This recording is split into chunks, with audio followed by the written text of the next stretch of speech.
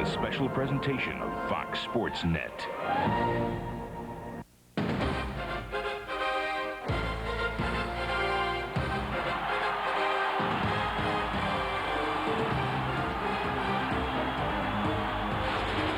Boston fans sitting in Fenway Park have seen their share of disappointment. But Nomar Garciaparra may single-handedly erase the curse as he attacks the AL batting crown. As their nemesis, the Yankees, hold a slim lead in the AL East.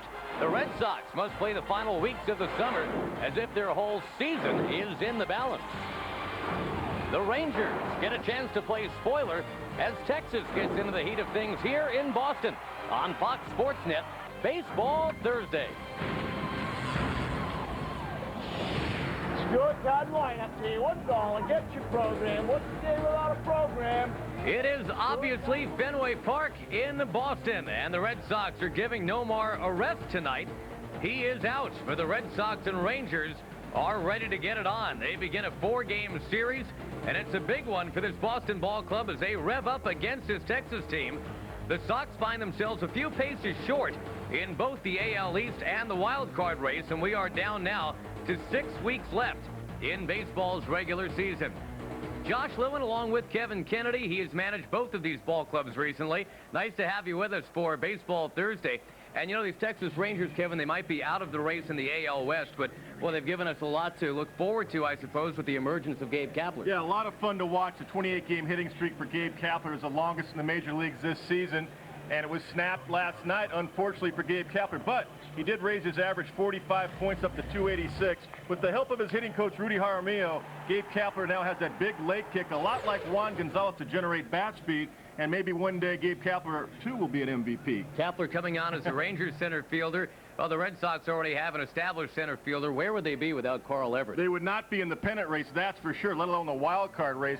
This guy, Carl Everett, still hitting over 300, 29 home runs, 83 RBIs, and that's important because Garciaparra is out of the lineup tonight, and they need Carl Everett to produce 26 of his 29 home runs against right-handed pitchers. All right, you mentioned that Garciaparra not in the lineup. He can still sign some autographs, though. The Red Sox and the Rangers coming up next.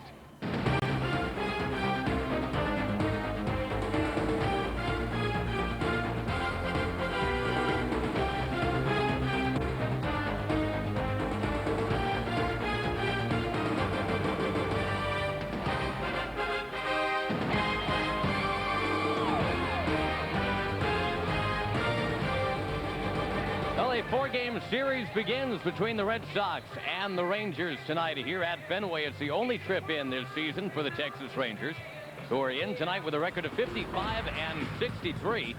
Now we'll take a look at the starting lineup. It features Luis Alicea, Frank Catalanato, and Rusty Greer. Setting up Rafael Palmeiro. He's now got 391 career home runs.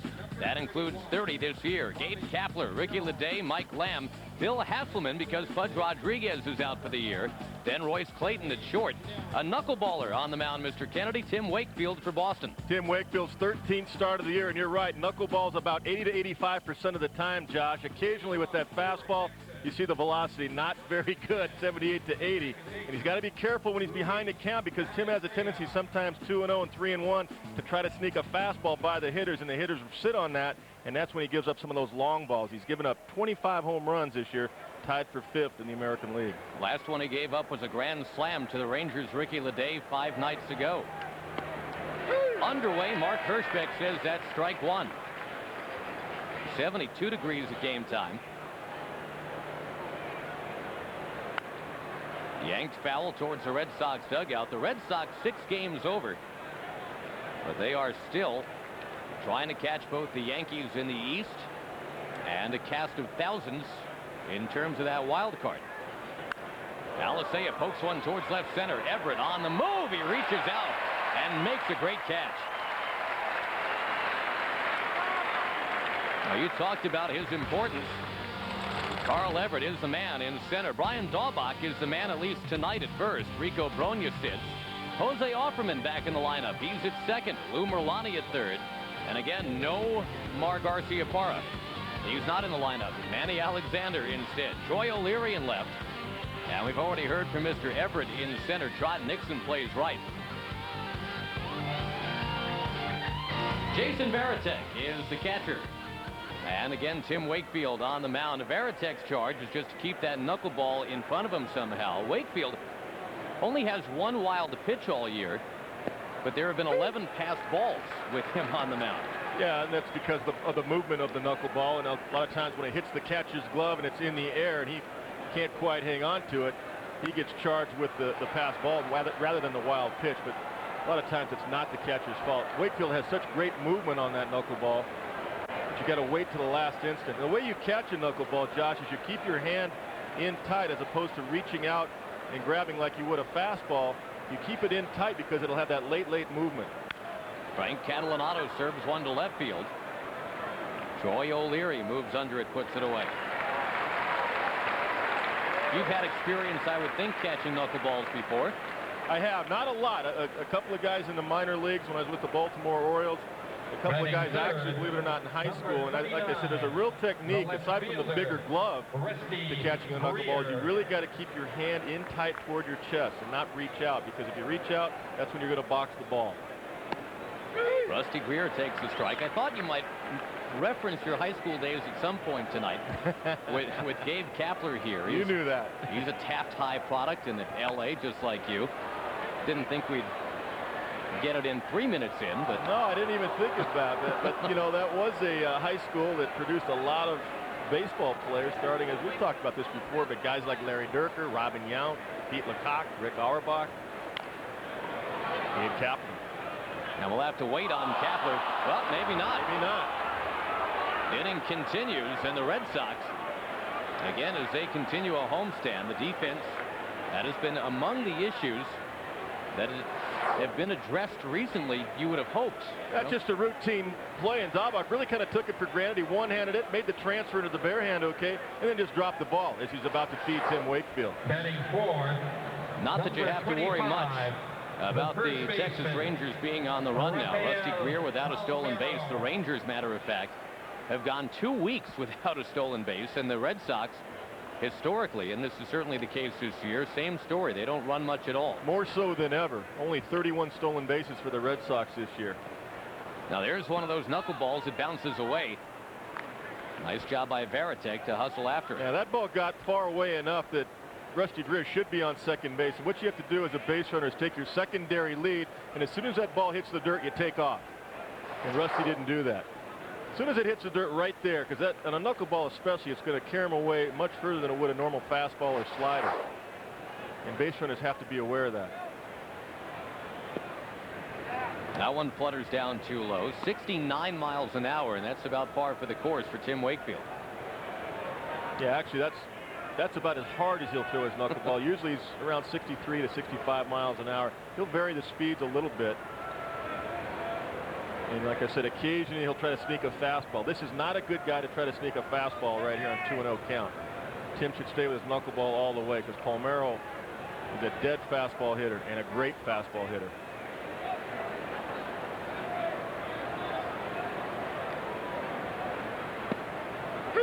Again at 69 miles an hour, caught the corner.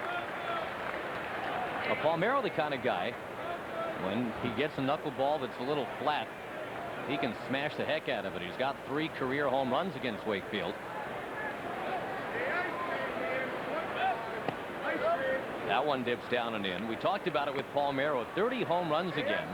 That's 6 years in a row of 30 or more home runs. Only Palmeiro, McGuire, Sosa, and Albert Bell can say that. Rafi is such a good hitter. You know, when he first came up with the Cubs, well, we'll get to that. He hit a lot of balls off the field. Now he's more of a pull power hitter, Doug. Pops that one out, and that will do it for the Texas top of the first inning. Carl Everett made a nice catch to set the tone, and we'll see him bat in a moment on Fox Sports Net.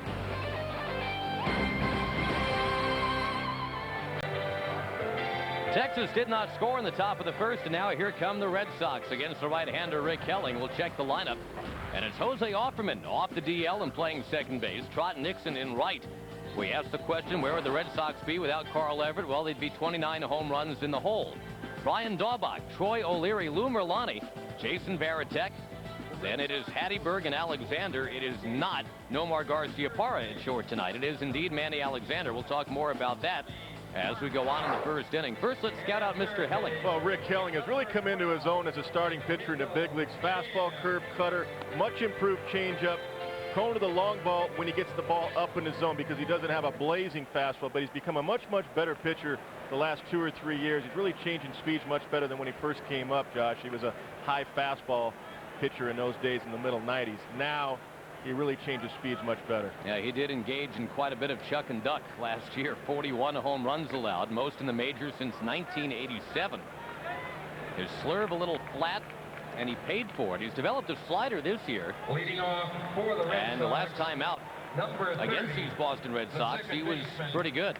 Beat Tim Wakefield.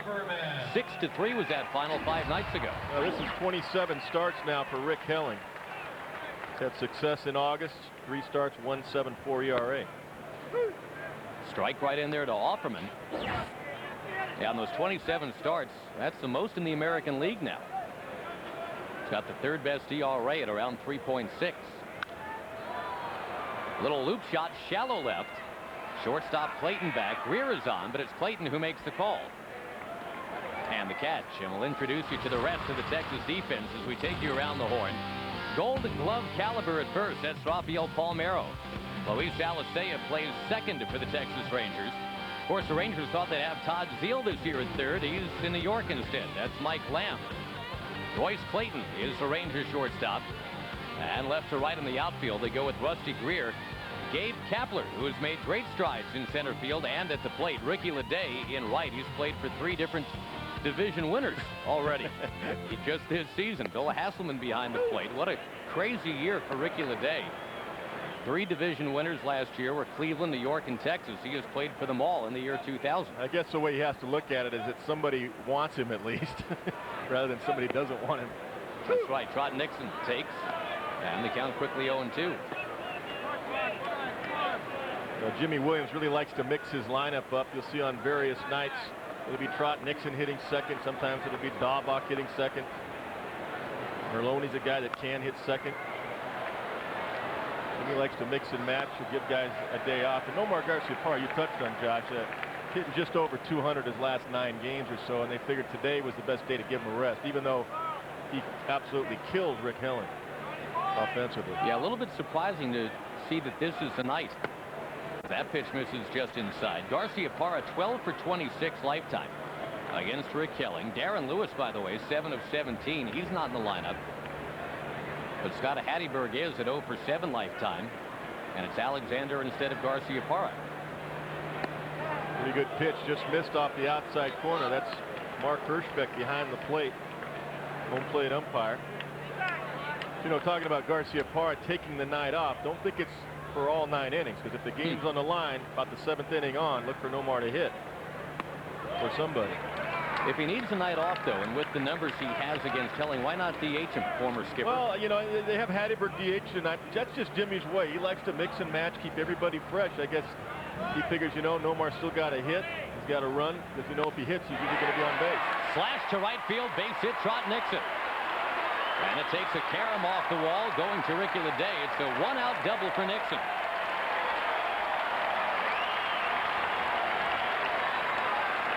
Yeah, ball's 88 miles an hour on the inside corner. Take a look. Hasselman setting up inside. That's where the ball is.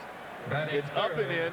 And Trot gets his hands inside the baseball and shoots it over the head of Rafael Palmeiro and hooks it into the corner. Now, lefty hitting that ball, it will hook like that because of the spin a lefty puts on it. Caroms off the wall and into right fielder Ricky LEDEE's glove, but by that time Nixon's at second base.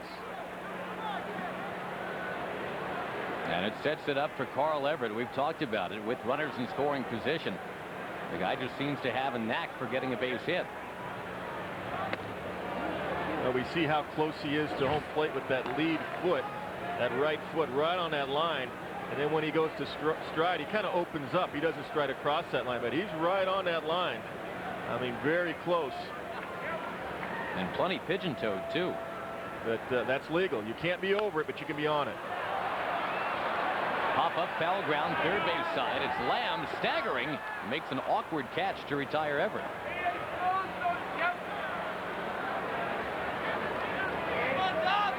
One thing we keep in mind, the 3-4 batters tonight for Boston, Everett and Daubach. Not exactly a rich history against Rick Helling. 2 for 18, a lifetime between the two of them. Here is Daubach. And he's lagging a little bit. You see the .67 batting average here in August. You know, the Red Sox overall, they're hitting .267 as a team. That is second to last in the American League, and this is the team that has the batting champion. You're exactly right. You know, I talked to Dan Duquette before the game, general manager of the Sox, and he's really disappointed in the offensive production. I should say lack thereof. Near the bottom of the league in runs scored. In fact, they are at the bottom of the league in runs scored. It's remarkable with Garciaparra and Everett anchoring that attack, but they'd be within 2 batting average points of being in dead last. Poke towards right center. Everybody's running. Kapler will make the catch to end the inning. So a 1-out double does not blossom for the Red Sox. End of 1. There is no score, and Kapler coming up to lead off inning 2. Rangers and the Red Sox beginning a 4-game Fenway series. The Rangers would love to be in the thick of the AL West races they have traditionally been the last few years. Doesn't look like that's going to happen, although Oakland is making it quite a race now, as the Mariners have lost 5 in a row, and the A's just off a sweep of Cleveland. Suddenly the wild card race is hot. Of course, the Red Sox are still looking up at the Yankees, thinking they're in the AL East race as well. Yeah, and the Red Sox are really hanging in there because of their pitching. #1 in the American League. Of course, including Pedro Martinez. You're going to be #1 in the American League in total pitching because he makes a huge difference. Base hit inside the line, Troy O'Leary, and it pinballs to the right fielder LEDEE. He'll hustle it back in, and a fortunate bounce for the Texas Rangers. TROT NIXON yanked one down that way in the first inning. It went for a double, but that one, the way it caromed, you knew it was probably just going to be a single. Well, Troy's a good fastball hitter. They're setting up inside. That had a little off speed to it. Stayed back nicely and shot it inside the first base bag down the right field line. Now watch the carom. You have to learn how to play this in the corner when you're a right fielder in this ballpark. Caroms up, shoots straight out, and Troy O'Leary is held to a single. Now, that ball was in off the inside corner. 84 miles an hour. That's why I say take a little bit off. That's not his normal four-seam fastball. Lou Merloni takes a strike. Rick Helling normally throws about 90 miles an hour. Lou Merloni's an interesting story, Josh, because he's a very good friend of Nomar Garciaparra. The Sox sold him to Japan last winter. Get about 220 there, didn't do well, and the Sox get him back. Lines this one in the center, base hit. So with Garciaparra on the bench, his buddy comes through. Merloni 7 for 12, and they are looing, not booing. And he's from the area too, and the Sox fans appreciate the spark that he's provided. Already now 6 for 10, I believe. 545 coming into that at bat. 640, he got 7 for 12. There he is. That's a good start coming back. You got to wonder how much Nomar Garciaparra had input on that too, and getting him back here. Well, from Yokohama to Pawtucket, which sounds like a dirty limerick almost, and then finally to Boston, where again he's been terrific in short duty. Here's VARITEK, and again with the Red Sox against Rick Helling. You wonder what they'll do here. 2 on, nobody out. Is it a bunting situation against a guy who's got the 3rd best ERA in the American League? Not really in the 2nd inning, and you got a power hitter up here in VARITEK. He only has 8 home runs, but he does have a lot of power. 3rd baseman Mike Lamb is in, looking for the bunt just in case. Palmeiro is back. They're not expecting him to bunt, really. Jason VARITEK did not sign with the Minnesota Twins. Before there was a celebrated J.D. Drew holdout, there was the less celebrated VARITEK holdout. Same agent, by the way.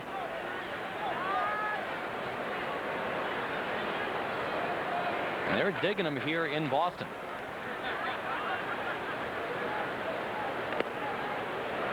Works the count, 3-0. Rick Helling, we should mention. I mean, the good news is 3rd best ERA in the league, but he's also allowed the 4th most walks. And he's really been getting lefties out very well this year. Coming into this game, only a .206 batting average against him. Left-handed hitters. Swinging on 3-0. It's chopped foul. Well, that was ball 4. VARITEK given a green light by Jimmy Williams. Flashes signs to third base coach Wendell Kim. Say, hey, if you get a fastball you like, go for it. And he got a ball 4 there. Then he chased a bad pitch, and he's fortunate he didn't put that into a double play ball. Infield looking for that double play. Instead, it's a walk to load him up for Hattiesburg. Nobody out. Dick Bosman, the Rangers pitching coach. You've seen Rick Helling as a 20-game winner. You've seen Helling as a disappointment. That was last year. This year, it's been mostly very good. 14 wins. That's the second most in the AL behind Boomer Wells. I just mentioned that lefties only hit 206 off him. Rick Helling is the third lowest batting average against in the American League at 234. So he doesn't give up many hits to the opposition, but the walk's not going to help him here. And as Hattiesburg has a good eye at the plate, he really works the count pretty well.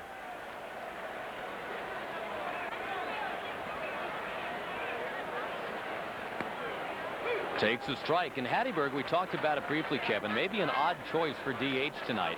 253 average, 7 home runs. He's never had a hit against Helling. But here he is with the bases loaded. He can make Jimmy Williams look like a genius here. Now, the one thing that Scott does, as I mentioned, he works the count very well. He doesn't chase too many bad pitches. He can draw a walk. Pretty much a 1-to-1 strikeout to walk ratio. So he's a tough guy with men on base, especially with the bases loaded.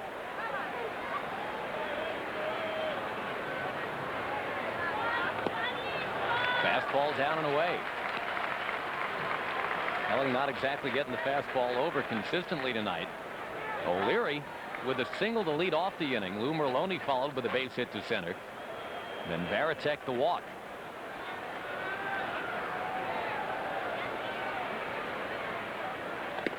Curve for a strike, a beauty. No, that's what he's going to have to go to. His fastball right now is not very sharp. The curveball, he's thrown 2 so far, and they've both been good strikes.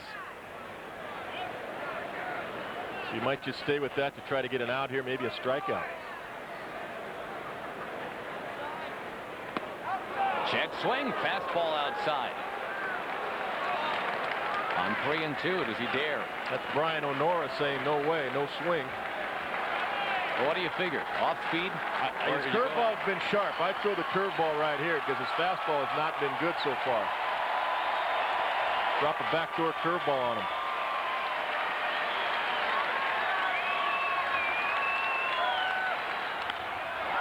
Fastball punch to left. Rusty Greer lines it up. Troy O'Leary will tag and return. Lamb tipped the throw towards Hasselman. Of course, you couldn't see that coming. Well, he got away with one. That was ball 4. And as I said, Hattiesburg normally doesn't swing at too many bad pitches, but he does this time. Got a high fastball. No question about it. That was ball 4. Helling gets him to pop up. The shortstop, Manny Alexander. Rusty Greer with the catch. O'Leary with the fake. Too shallow out there in left field, especially being the first out of the inning. And shallow left at Fenway. And that's almost an oxymoron. Everything is shallow in left. That's right. Alexander takes inside.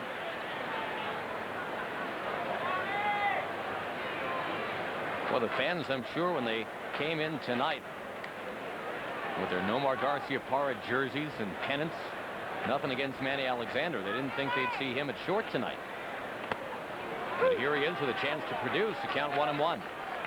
And the other choices, you're right. They had Rico Brogna on the bench, who hit a grand slam home run the other night to win a ball game. That's why they picked him up. Rico Brogna has given some offensive production, but he's not in there tonight. Here's a guy that had over 20 home runs each of the last 2 years, over 100 RBIs.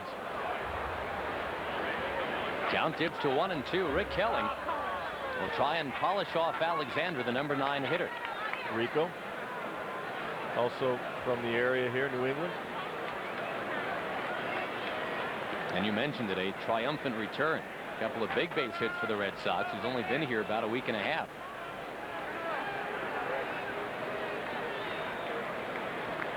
Now the Sox like to get players from the area like Lou Merloni and Rico Brogna. These guys grew up as Red Sox fans, and that's part of the plan of Dan Duquette, to get as many native New Englanders as he can. Swing and a miss, and a breaking ball in the dirt. Well, you talked about that slider or that cutter. That's what that last pitch was, 80 miles an hour. That wasn't his normal overhand curveball. Had more late slider breaking action right there. That's what it was. Way off the plate. Nice play by Bill Houseman to keep that in front. Excellent. Number 30. Outstanding block by Billy Houseman to keep the ball in front of him. Down and away. 80 mile an hour, low outside. That's a slider. And that's 2 down now. Remember, it was bases loaded, nobody out. It's now left to Jose Offerman.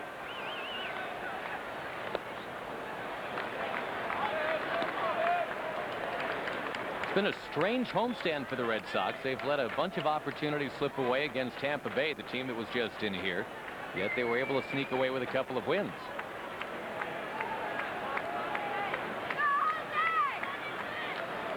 There's the curve and a strike on the outside edge. Good backdoor curveball. 77 miles an hour.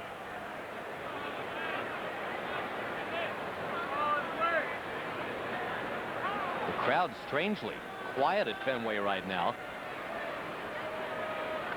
That's a good pitch. You can't put it in a much better spot than that one. But he doesn't get the call.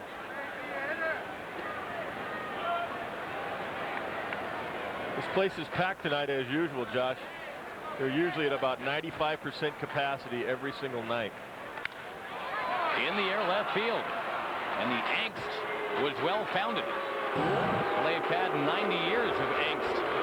And it all crystallized in the second inning here tonight. Bases loaded, nobody out. They did not score.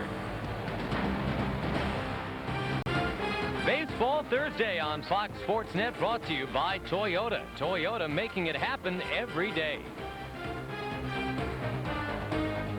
Well, Nomar Garciaparra cannot play every day, or so says Jimmy Williams. Tonight's the night that he sits out with a .377 batting average. The LendingTree.com matchup, we put Garciaparra against Todd Helton, the Major League's leading hitters. Helton adding a point today, 1 for 1 with a few walks. He's now at .396 as he chases down immortality, named Ted Williams. You talk about a guy with a leg kick. Todd Helton has that leg kick. Produces a lot of bat speed. Worked for him also, like Gabe Kaplan. Bill Hasselman, the one-time Boston Red Sox, pokes one towards center. Carl Everett on the move. In right center, he hauls it in. One down, top of the third. Time for us to show you a game break. And we'll take you to the Giants and the Expos this afternoon. This game in Montreal, top 5, Giants already leading. And Barry Bonds says, yeah, I think number 36 sounds about right. Giants still hold a 1.5 game lead over the Diamondbacks, a 5-4 victory today. By the way, Jeff Kent 3 for 4 in that game. He's now batting .340. One of the better players you seldom hear about. That's right, an MVP candidate, no doubt. You know, the Giants are beating the teams that they have to beat. You've got to beat the teams that are 500 or below. You've got to beat them 2 out of 3, 3 out of 4. That's the difference between the Giants and the Diamondbacks versus the LA Dodgers. The Dodgers just aren't beating those teams. Clayton bangs one into left center. That takes off a little bit. Everett's got to go hunt it down. Clayton with eyes for second base. On the move, sliding in, and safe the call. Well, Everett's a 5-tool player with a strong throwing arm. Clayton can run, obviously. No doubt about it. Carl Everett has 9 outfield assists. We saw him make a great catch in the first inning, but those 9 assists tie him for 4th in the American League. That's why this guy's so valuable, not only at the plate, but defensively. Cuts the ball off, plants the right foot, and gets a strong throw in on one hop, and just does miss getting Royce Clayton out of second base. What a big turn this would be if the Rangers can come up and score here against Wakefield after the Red Sox essentially blew it in the bottom of the second inning. Bases loaded, nobody out. They didn't score. Especially against a guy like Rick Helling, 3rd in the American League in ERA, who usually gets stronger as he goes along. You got to get pitchers like that early in the game when you have the opportunities. And you're right, the Red Sox blew it.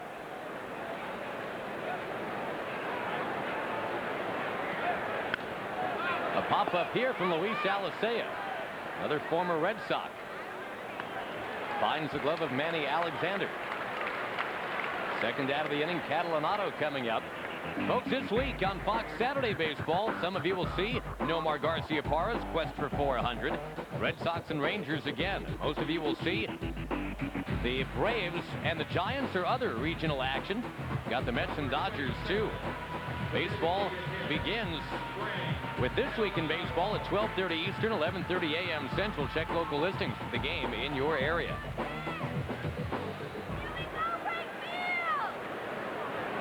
Frank Catalanato waiting with that upright stance. He was part of the Juan Gonzalez deal with Detroit this offseason.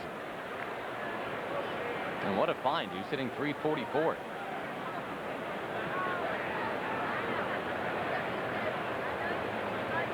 He's got his parents down from Long Island to watch him here in this series. And his little 19-month-old daughter, Morgan, also in attendance tonight. Now what you try to do on Tim Wakefield is make the knuckleball be up in the zone.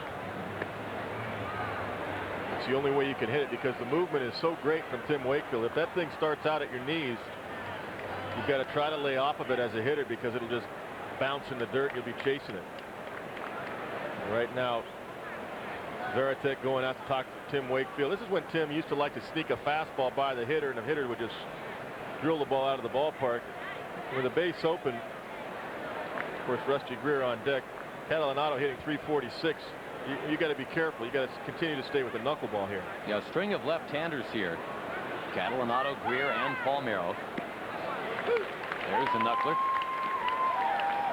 One thing Red Sox pitching coach Joe Kerrigan reminds us of, Kevin, the truly outstanding knuckleballers always have had a good secondary pitch they could mix in. With Phil Niekro, the slider, Tom Candiotti had the curve. That ball belted right center field. Everett racing back, looking towards the bullpen. It's gone! A home run, Catalanato.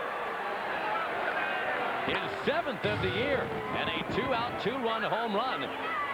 It's the Rangers who race on top tonight, right after the Red Sox failed to score in the bottom of inning 2. Now, Josh, we were just talking about you've got to make the knuckleballer come up as a hitter. If it's up, you got a chance to hit it. If it's about knee high, you got to lay off of it. That ball was up, and watch what Catalanato does with it. Number Take a look. 29, See how high that is? That's okay to swing it right there. That's how high that pitch was, and that's why he hit that thing out of the ballpark. Rusty Greer serves one back out of play. Well, most of the time, Wakefield's ball crosses the knees and then bounces down low. This ball started up high, and when it starts up that high around your shoulder, you know it's going to be in the zone. And Catalanato's eyes lit up. He jumped all over it.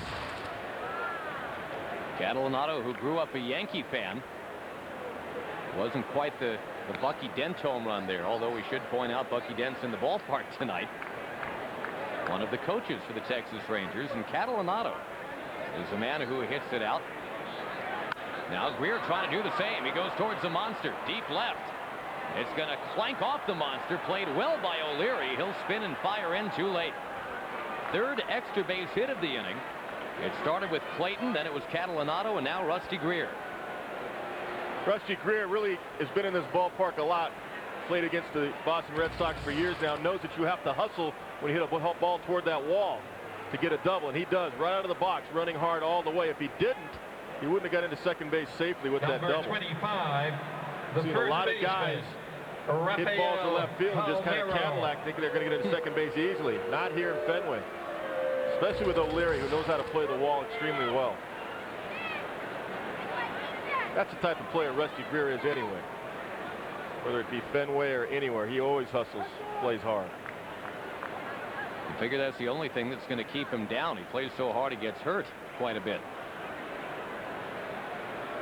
Well, it's interesting because Gabe Kapler kind of idolizes Rusty Greer.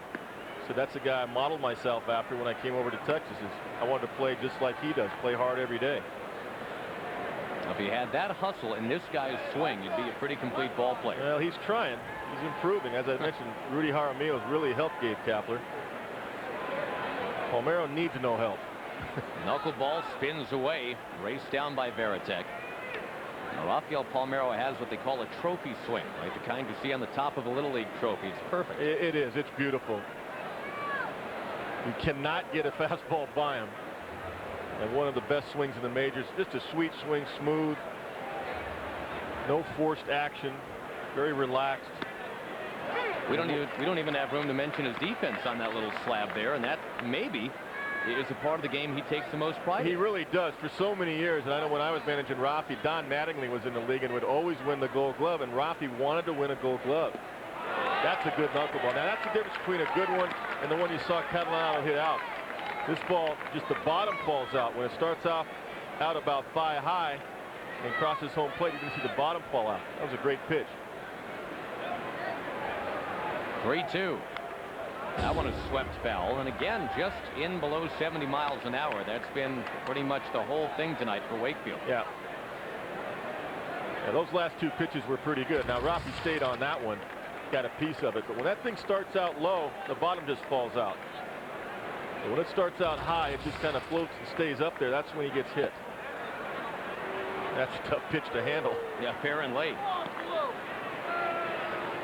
Some two-out trouble is going to get Joe Kerrigan out to the mound, the pitching coach. It's been a home run, a double, and a walk with two out. And it'll get Gabe Kapler to the plate with a chance to produce. Two men on.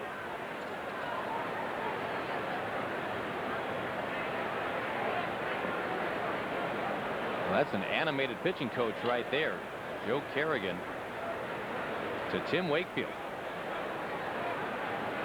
Well, most of the time with Tim Wakefield, you just tell him to stay with the knuckleball. Don't give up on the knuckleball because it'll come around. You have to be very patient with knuckleball pitchers and not worry as a manager about a walk or two, because if he goes to his second and third pitches too often, he'll get killed. Now, we started talking about it. You know, Niekro could go to that slider. Wakefield does have a cut fastball, but it hasn't really been that good this year. Kapler again goes after the first pitch, and he shoots it over to Alexander. The Rangers ran two, but they have scored two. After the Red Sox had the bases loaded, nobody out in the second and did not score, right back to the top of the third. Catalano puts the Rangers on top here at Fenway. Frank Catalano emerges as the early leader to be our player of the game. And folks, for the first time ever, you can vote for tonight's player of the game. We'd like you to log on to foxsports.com. Just go to foxsports.com, enter FSN, it stands for Fox Sports Net, in the keyword box, and you can vote for the player you think should be the player of the game. Can they vote for you, Kevin? I like that. No, I don't play anymore. I don't even manage anymore, except up here. Well, stay tuned. We'll announce the results later in the broadcast, and we do need you. It takes a village. We need everybody's participation, so go ahead, log on. You don't have to vote right now. It's only the third inning. I like that. That would be fun to do. That would be fun to do. More involved in the game. Trot Nixon takes outside. Sure, we'll see some votes for Garcia Parra, even though he's not playing. Probably. As popular as he's become the last couple of years. Rick Helen sails one in. Trot Nixon looks at a 1-1 count. I was talking about Rick Helling before, Josh, when he first came up, and he pitched for me back in 94 with the Texas Rangers when he came up from Double-A. He got the ball up in the zone a lot. He was a little bit stubborn. He thought he could power the fastball by guys up in the zone, and found out that by doing that, he'd give up a lot of home runs. Now he throws a two-seamer. He hits the outside corner. He changes speeds with the curveball and the slider. It's a complete pitcher now. Both sides of the plate right there. This time on the inside corner. He just knows how to pitch, and that's just experience in the big leagues. This guy was #1 pick coming out of Stanford. He had strong feelings about how to pitch, and it just took him a while to adjust in the big leagues. In the air, left center field. It's going to drop. Trot Nixon bidding for his second double of the night, and he's got it to lead off the third inning. Now that was a mistake. That was up and out over the plate. Trot Nixon just drills in the left center field gap. Not a good pitch by Rick Helling, and not where he wanted that ball. Number 2, the center fielder. And you can see him shaking his head right there. He knows it. He just missed location. He wanted that ball down. He didn't want that ball up and out over the plate. That's not the location he wanted. Look where Houselman is. Wants it right there. Look what the pitch is. Up. Stand-up double. And a chance now for Carl Everett. And he shoots it towards right, base hit. Here comes Nixon rounding third. LEDEE firing to the plate, not in time, 2-1.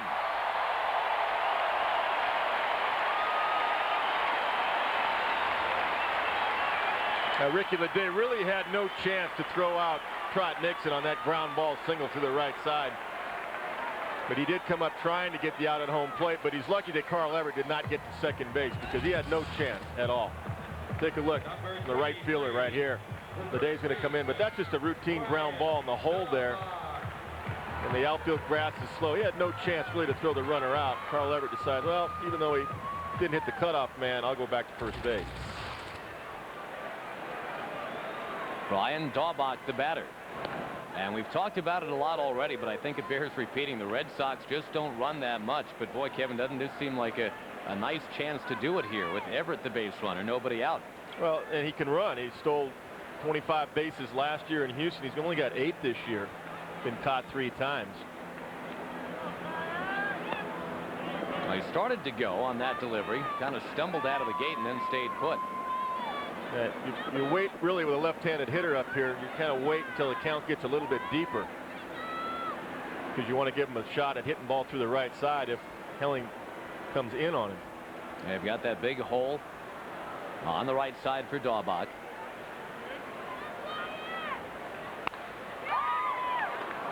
Towards that area, but foul.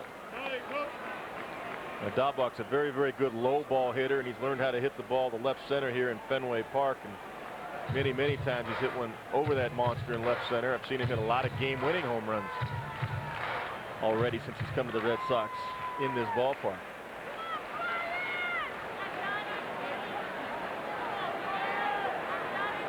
Most recently one to beat the Kansas City Royals a couple weeks ago. Everett extends the lead. He's not going. Again, the Sox with only 31 steals all year. The lowest season total ever, by the way, Kevin. 13. The 1957 Washington Senators. You know who was on that team? Whitey Herzog, whose mid-80s Cardinal teams routinely stole more bases in a game than their leader had all season. They had Julio Becerra, who had 3. That led the team. Well, I just think I like the running game because being a former catcher, I know what pressure it puts on you to call the game. If anybody in the lineup might run at any time, and you don't have to have speed to run. I've said this so many times. You put them in motion depending on the situation and the count. Right now, 2-2 is a great running count because the pitcher's trying to throw a strike through. He doesn't want to go 3-2, and the hitter's trying to put the ball in play. He doesn't want to strike out, so it turns into a run and hit play if you put him in motion now. But I like the running game because I think it creates more fastballs for your offense. So consequently, for the Boston Red Sox, who have some good fastball hitters, I think if they put more runners in motion, not to steal bases, but just to put pressure on the defense, consequently, they would get more fastballs in their lineup to hit. Well, there goes Everett, the pitch down and outside. And it ended up being a good pitch on which to run. Leading the team, Carl Everett, that's his 9th. Yeah, that was one of my favorite counts to put people in motion for the reasons I just mentioned. 2-2. You turn it into a run and hit play. Now, Carl Everett's got his head down. He's stealing all the way. And he didn't hear any contact. Look, he doesn't look back in. He's just head down. He's stealing. Now you've got that tying man at second. Worst case scenario, if Daubach strikes out, you've still got that runner at second, right. One away. Works like a sacrifice almost.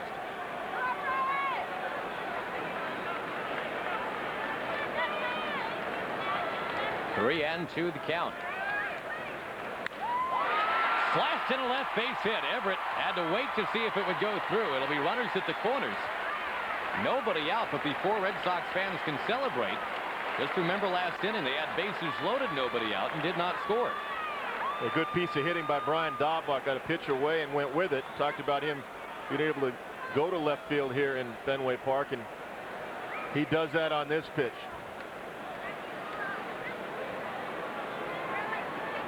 Dick Bosman out to the mound. We'll flash you back to last inning when it was bases loaded, nobody out. There's the pop out by Hatteberg. Alexander the strikeout, and Offerman a fly ball to left and the threat.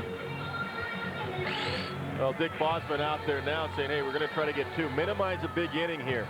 The infield defense will play for 2 up the middle. Don't worry about getting a strikeout. Just try to get an out here. Try to get the ground ball.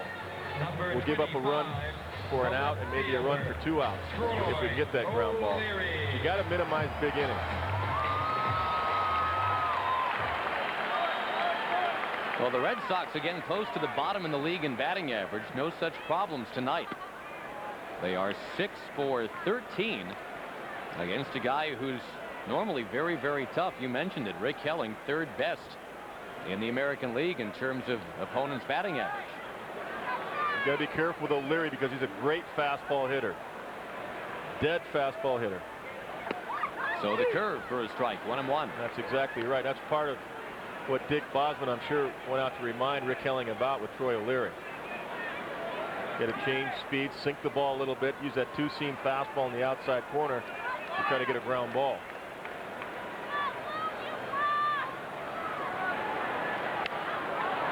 The old away foul. Not up there. 87 up there is going to be hit out of the ballpark. You got to get the ball down. He did try to go away, but he tried to go away to Trot Nixon and did the same thing. Got the ball up, and Nixon started getting with that double to left center. And now he can go for the strikeout. Throw that good hard curve in the dirt if he wants, or the 2-seam fastball away. Just missed, up a little bit outside. What Rick Helling does, one of the reasons he gets the ball up, he opens up the front leg too soon. Instead of leading with the lower half of his body, leading with the hips, he kind of swivels that front leg open too soon. Consequently, that drops your arm down low, and he ends up pushing the ball. Check swing foul. Well, Rick Helling again, he's heading towards another 20-win season. There were 4 20-game winners a couple years ago. Pretty impressive list. Clemens, Cone, Glavine, and this guy, Rick Helling, although he hardly got any notice for that.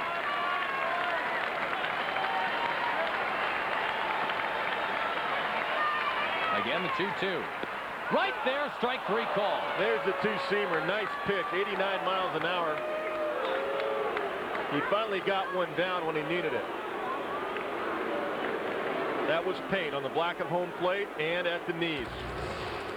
Great location. Look at Hasselman. Look at the pitch right there. MERLONI. Bill Hasselman freezes it. There's the reaction. Helling, I've done it all the time. No problem. Lou Merloni now takes his strike. The curve to start him out. Merloni a base hit in the second. And look at that, 7 of 12 since coming up from AAA. Just a fly ball of any depth.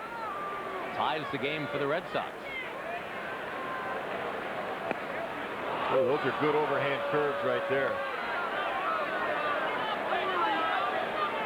Maloney got a fastball in the second inning, and he lined a single to center. So Helling starts off Lou Merloni with a couple of curveballs.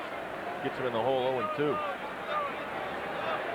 Anything on the ground, because Jimmy Williams doesn't run much and won't with Dahlbach, is a double play. Just missing with the fastball down and in.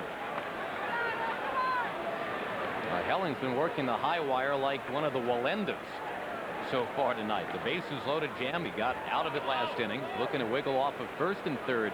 Nobody out in this inning. Well, he's leading the American League in average pitchers per start. 113 he averages in only 6+ innings per start. Good pitch, inside locations, 2-seam fastball. Well, he did it to O'Leary. He does the exact same thing to Merloni.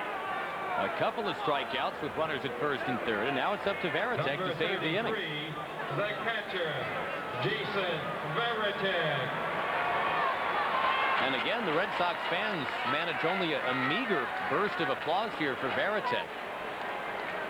The fans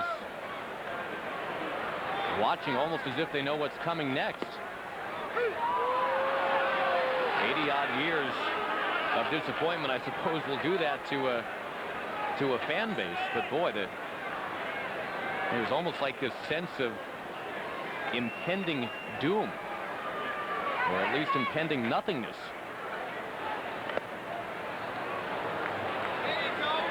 I think it really started, not to keep putting this back on Jimmy Williams, but when it was bases loaded in the second, and the fans realized it was then Hattiesburg and Alexander coming up. It just seemed like they were a little bit resigned to, boys, is this the best we got tonight? Yeah, it's not Bronya and Garcia Parra. On the corner there.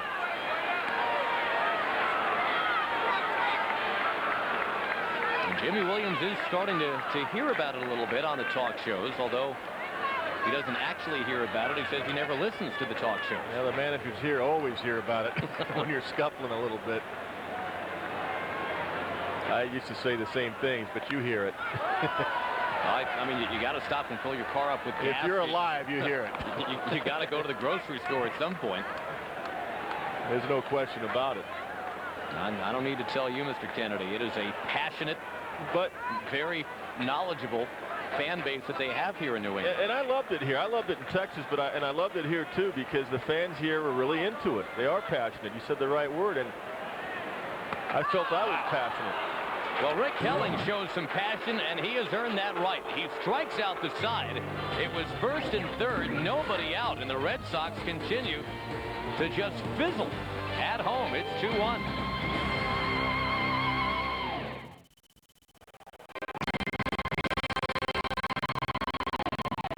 Well, the Boston Red Sox with an opportunity in the second and again in the third, and it just didn't happen. Great sequence of pitching by Rick Helling to finish off the bottom of the third inning, striking out O'Leary.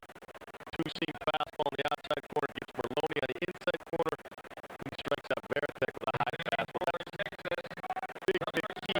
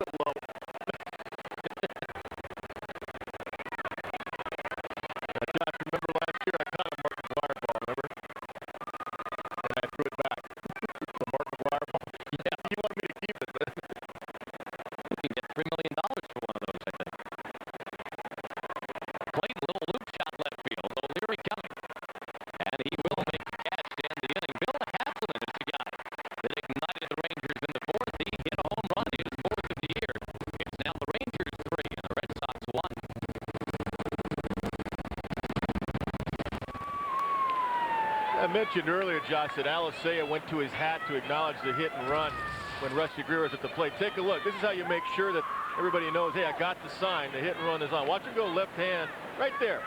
Right there. That's just a little sign. Back to your third base coach, back to Rusty Greer, say, hey, I got it. I know it's a hit and run. I'll be in motion. Therefore, Rusty Greer makes sure he doesn't swing at a bad pitch. And make sure that Alisea is running. Otherwise, you don't want to chase anything. As it turned out, Greer, the pop out. Palmeiro then struck out. Wakefield and Helling continue to pitch well, the both of them. Helling has been the best in the clutch tonight, if you can put it that way, with runners in scoring position. He has found a way to survive. And he's averaging over 20 pitches an inning, so he's had some rough innings. He's gotten through them, but it takes a lot out of you during the course of the ball game. Consequently, I don't think you'll be able to go 9 innings. Well, it's the same matchup from 5 nights ago. Wakefield and Helling back in Texas. It was Helling and the Rangers that won 6-3.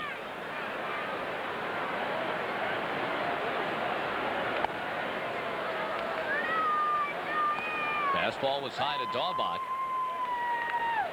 Well, that'll change your eyesight. It's only 87 miles an hour, but when you work both sides of the plate and get one up at your head right there, it'll make you think a little bit. And it followed the 80-mile-an-hour curve. That ball slapped foul. Well, again, Kev, the Boston Red Sox, they know what they're up against in Rick Helling, one of the better pitchers in the American League. But they also know that the Yankees are winning tonight.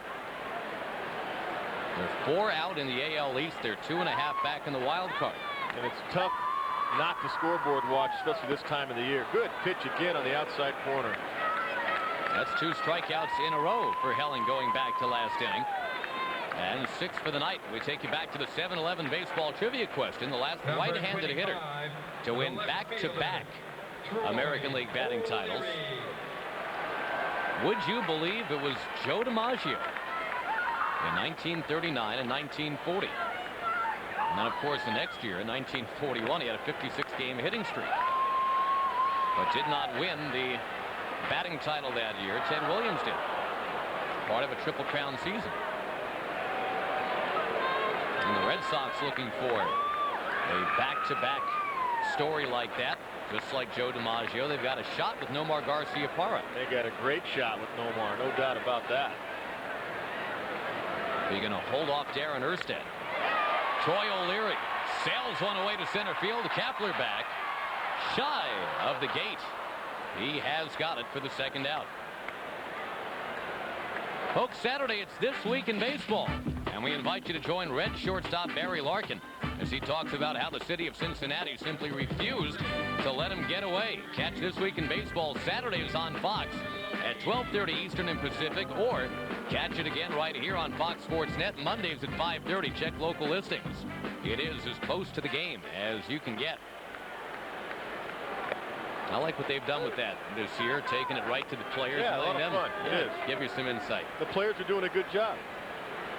They're having some fun with it. You know what that means, though? The more they practice that, the more they're coming after our jobs up here in the booth eventually. Eventually.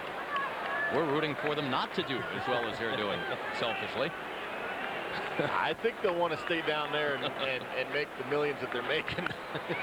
Merloni, he spanks one towards Kapler, and it gets by him. An ill-advised dive, and let's watch Merloni all the way to second, heading for third. And Wendell Kim's going to hold him there. And the fans were booing Wendell Kim because Kim had the stop sign up even before Merloni got to third, and even before the ball was back in towards second base. Well, you said it, Josh. Ill-advised dive. With 2 outs, you want to keep that ball in front of you. Just let Merloni have the single. He really wasn't close enough to that ball to make a dive. Watch how short this ball is from his glove. And with 2 outs, nobody on, you just don't want to do that. Let him have the single, keep the ball in front. And once it gets by him here in Fenway Park, you got a chance for an inside-the-park home run. By the time Rusty Greer gets his ball in, Merloni's into third base easily. And that's Alisea getting that ball back in, running into the infield.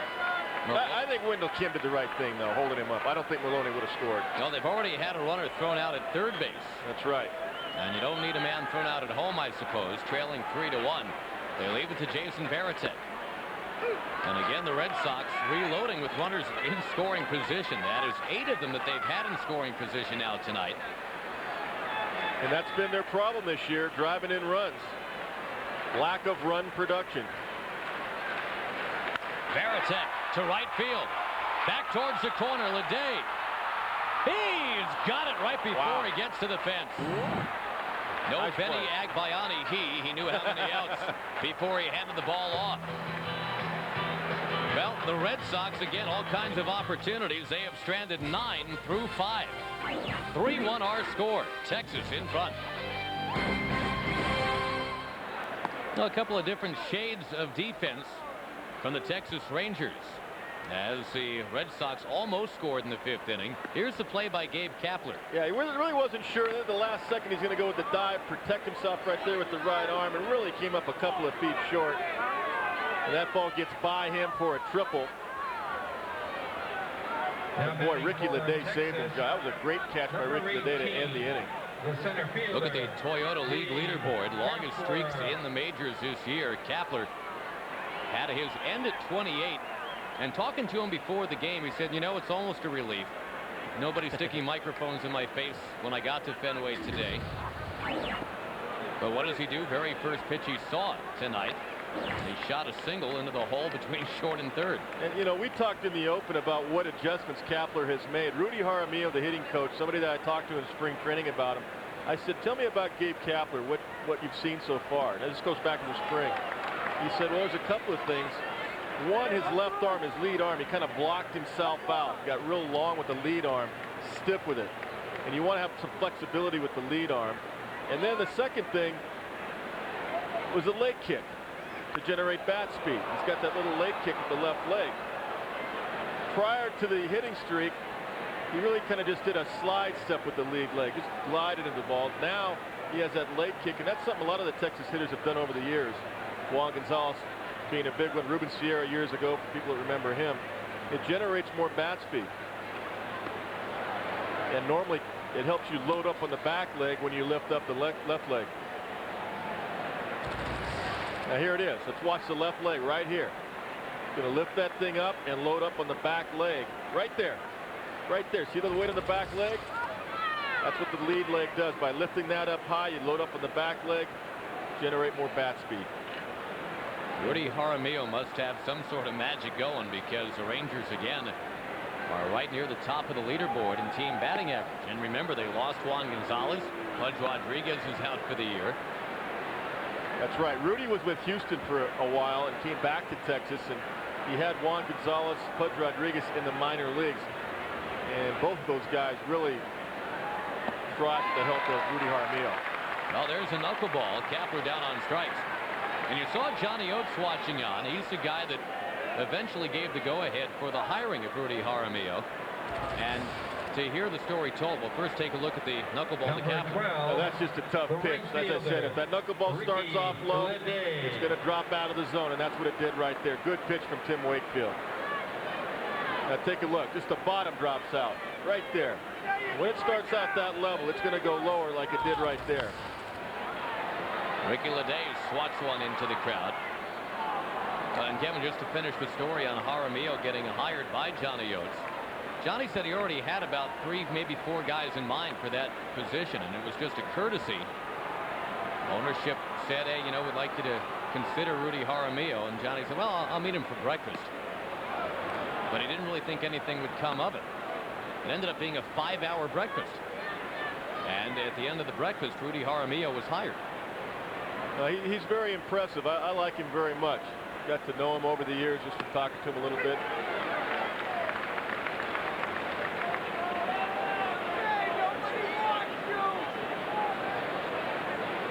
Now that's Bucky Dent. He knows his ballpark.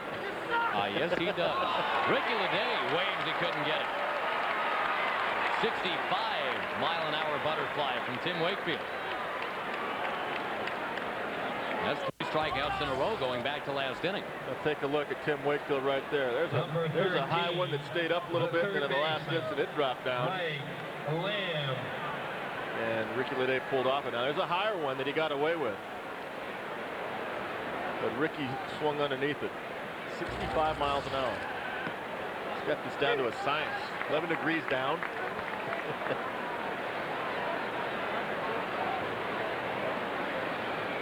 Temperature's been about 11 degrees down.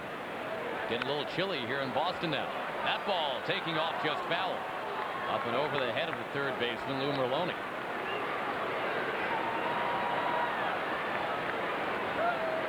That's always fun, I think, when you can watch a knuckleballer when the knuckleballer is on. And Tim Wakefield, for the most part, has had it going on tonight. When he faced the Rangers 5 nights ago, it just suddenly left him. Got into the 4th inning. He opened up with 12 straight pitches out of the strike zone, then allowed a grand slam. Nothing like that has befallen him yet tonight. And he's working with a lead of 3-1. Well, Tim's changing deficit of 3-1. Tim's changing speeds a little bit more this inning too. He took a little off the one to LEDEE where he struck him out 65 miles an hour. Then he starts off Lamb with a 70-mile-an-hour one. That last one was down to 64 and 63 miles an hour. So he's changing speeds on the knuckleball better this inning than he has the whole game. But again, Wakefield and the Red Sox still trailing 3-1 to Rick Helling. He gets Lamb. He had 2 strikeouts all night through 5. Now he strikes out the side in the 6th. Does that ignite the Red Sox? Will anything ignite the Red Sox tonight? They continue to trail it 3-1 at Fenway.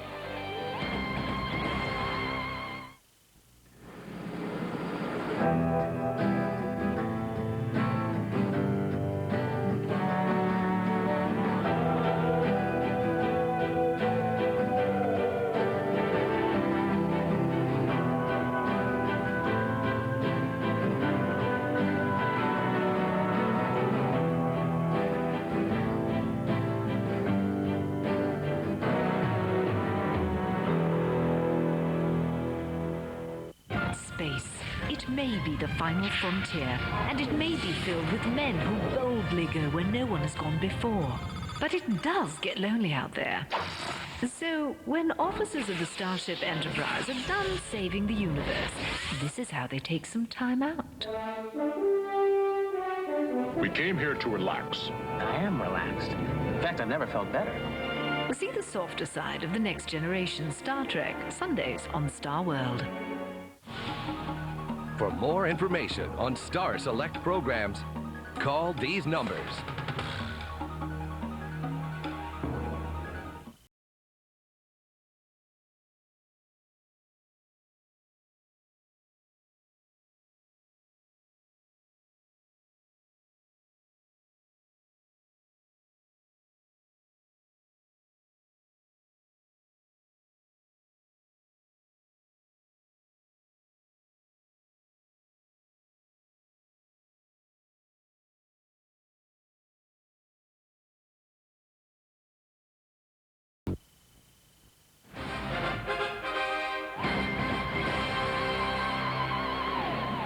We go to the bottom of the 6th in Boston, where the Red Sox continue to trail the Texas Rangers 3-1. Josh Lewin, Kevin Kennedy, great to be with you.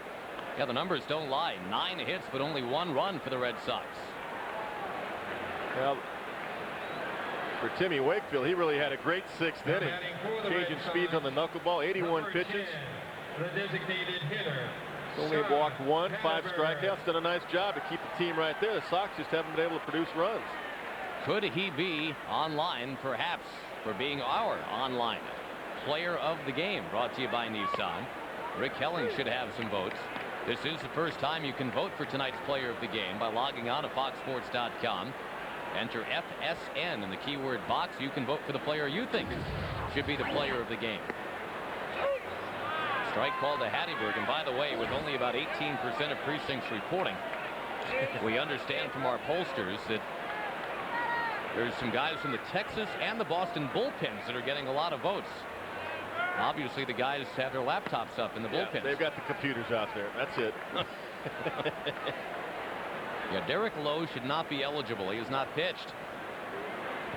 Just a thought. Well, maybe they're counting on a save. Got to get a lead first. Check swing. Helling just missed. Well, the problem with Rick Helling, he's pushing his pitch count up there close to 100 now, and there's nobody out in the 6th inning. He's had some tough innings that he's worked out of, but a very high pitch count.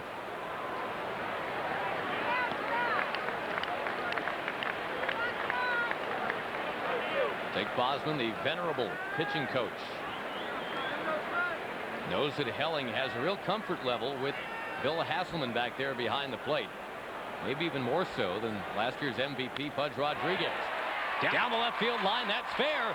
Hatteberg, who doubled to lead off the 4th, looks like he will do it to lead off the 6th. He has. But again, that's only half the battle for the Red Sox. Getting runners in scoring position, not at all a problem. That's 9 of them in scoring position tonight. And again, only 1 of them has been cashed in. That's a pretty good pitch by Rick Helling, a 3-2 count. Hasselman sets up down and away. The pitch is down and away. He just throws his hands at the ball and shoots it into the left field corner. It's going to bounce around at the 310 sign there, picked up by Rusty Greer. And an easy stand-up double. Get another look at Hatteberg right here. Just throws his hands at it, rifles it over the third baseman's head, Mike Lamb, and into the corner. Alexander showed bunt. He takes a strike. Well, here is a situation where Alexander does have to execute. He's got to try to hit a ground ball to the right side or get the bunt down, because you want to get 1 run back if you can. And Alexander is not a great hitter, hitting only .213, so he has to execute here. He pops it up, but center fielder Kapler slipped. He does recover to make the catch. Boy, he almost took a header out there. Ends up being the first out of the 6th inning. Game break time. Rockies and the Mets earlier today. Afternoon baseball at Shea, and the Mets pretty much in control all the way, leading 6-0 already. Benny Agbayani. Now this ball is supposed to be out of the ballpark. Put it way out of reach. Mets cruise to victory 13-2. And the Braves and the Mets continue to jockey in the NL East. Mets back to within 2.5 there. Of course, the Red Sox, they're 2.5 out on the wild card in the American League. Offerman takes outside. There's the NL East. I tell you, Florida's been playing some pretty decent baseball all year, but they're 14 out. Well, they've got a good pitching staff. Good young pitching staff. Been up there near the top 3 or 4 in the National League all year. Now, that was a really important at-bat by Alexander. Very poor execution. You're a little guy like that hitting .213. You got a runner at second in the middle of the ball game. You've got to execute. You got to get the man over to third base and try to cut this lead from 3-1 to 3-2. Because if the Sox are down 1 late in the ball game, they got a chance to come back and play some different type of ball. Here's another pop-up. This is getting absolutely ridiculous. Runner at second, nobody out. Alexander pops out. Offerman pops out. And the fans, how passionate they are here, you're starting to hear some boos because they're thinking the same thing we are. They say, hey, they got to execute. They're not executing. They're not doing the little things. Not so much Offerman, because with a runner at second and 1 out, he's got to try to get a base hit. But the key at bat was Alexander. And when you're number 9 hitter in there for Garcia Parra, he does not hit like Garcia Parra. He's got to do the job and execute. And he knows it. You know, the Red Sox have been up with a runner at second or third now 12 times in this game. They are 1 for 12. I mean, that is an incredible amount of opportunity to have that many runners in scoring position already off a guy like Rick Helling. But the only production was the base hit by Carl Everett back in the 3rd inning. Scored Trot Nixon, who had doubled. Now, Jimmy Rice cannot swing the bat for him. Let me tell you, Jimmy was my hitting coach. He's outstanding. He's had very good years as a hitting coach here. This year, the club's just not responding. They're not executing. This guy, in my opinion, should be in the Hall of Fame. Oh, absolutely. And he's a very good situational hitting coach. He teaches that. How to hit in situations, use the field, go the other way. Well, he was known for being a big RBI guy. I mean, Tony Perez finally got in, and everybody pointing to the fact that He had the nose for an RBI in a big situation. You can say the same about Jim Rice. No doubt about that. And he's a guy that accepts responsibility, Jim Rice. He doesn't put the blame on anybody else.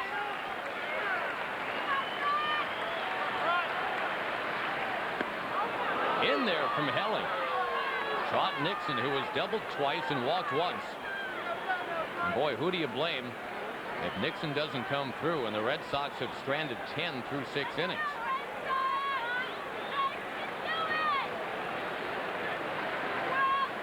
One run on 10 hits for Boston. Just missed. I tell you what, you mentioned Hasselman a moment ago, how Helling has a comfort zone with him. Bill Hasselman calls an excellent game, and most of the pitchers I had when Billy was my backup catcher, and actually became a starter quite a bit of the time also, most of the pitchers, including Roger Clemens, preferred to throw to Bill Hasselman because he works them so well, both sides of the plate. Curveball got him. Rick Helling freezes Mr. NIXON. 10 left on, and despite 10 hits, the Red Sox just a single run tonight. 3-1 Rangers on Fox Sports Net.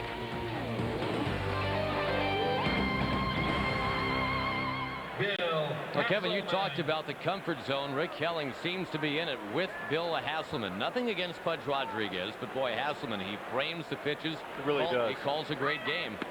By the way, he hits home runs, too. He does do that as well. I mean, this guy could be a starter on a lot of ball clubs. Unfortunately, he got traded from Detroit back to Texas, and he's behind Pudge Rodriguez. But with the injury to Rodriguez's thumb, Billy's getting a chance to catch every day, and the pitchers love him, as I mentioned. I mean, he really froze that last curveball by Rick Helling and gave the umpire a good look to get that strikeout. Well, he's used to being a backup behind a stud. He was the backup quarterback at UCLA behind a guy named Troy Aikman. He's a great athlete. He can run pretty well for a catcher, too. Has a good arm. Stretches out, pops it up to the Boston catcher. And VARITEK has it for the out. That's 7 straight retired by Tim Wakefield.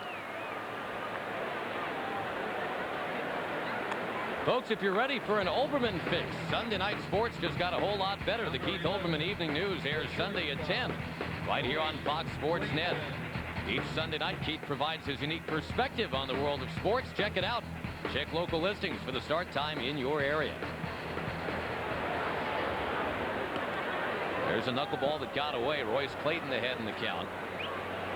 And the story of the game continues to be the Red Sox remarkable inability to get a base hit with a runner in scoring position. Carl Everett has done it once. Other than that, they're 0 for 14. No more Garcia-Parra in the lineup tonight. And you almost have to say that's been an issue so far tonight. Into the crowd again, not to second guess, but first guessing right out of the box. A lot of the Boston fans tonight wondered why rest Garcia-Parra tonight with the knowledge that he is nearly a 500 hitter lifetime off Rick Helling. There's no doubt about it. I guess the reason Jimmy Williams said was because Nomar needs a day. He's been very, very tired. He's only hit .209 the last 9 games. And tonight he might have got healthy again. But you know, I mean, we don't know. Maybe Nomar's actually hurting, and as a manager, you protect your player. You don't want to let on. Who knows if there are other reasons behind it. Well, that's true, too. Clayton socks one into center, base hit. I mean, I talked to a few people before the ball game that are familiar with the situation. They said, no, he's not hurting. He's just very tired.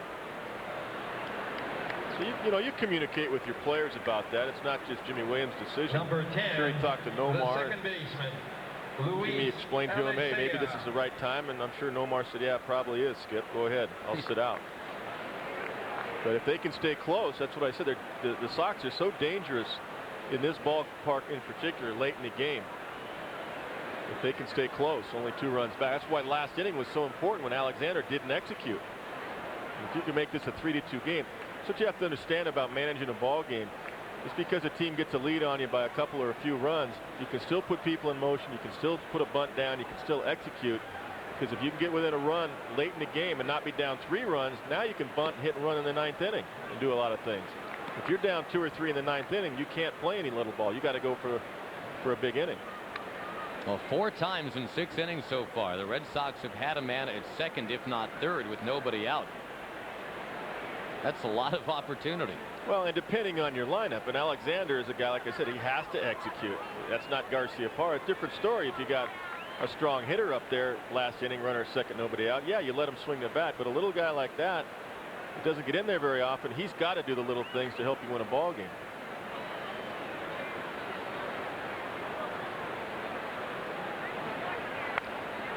Hard hit. Offerman couldn't get there. Looked like he was going to backhand it, but he could not make the play. And just like that, the Rangers have runners at the corners. Well, Offerman all season long really has had a ligament problem in his leg, and that's one of the reasons he hasn't stolen any bases this year. And one of the reasons he doesn't have the same range he normally has, because he's very quick on the first step normally. He just did miss that ball, and just enough instead of maybe a double play ball. It turns out to be first and third and 1 out.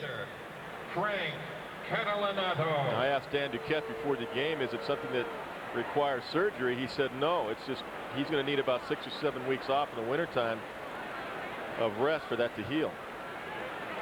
Now here's a tough guy in this situation, Catalanato, because he hit that high knuckleball in the third for a 2-run home run and lined out his last time and lined out his first time up. So he's been on the knuckleball today.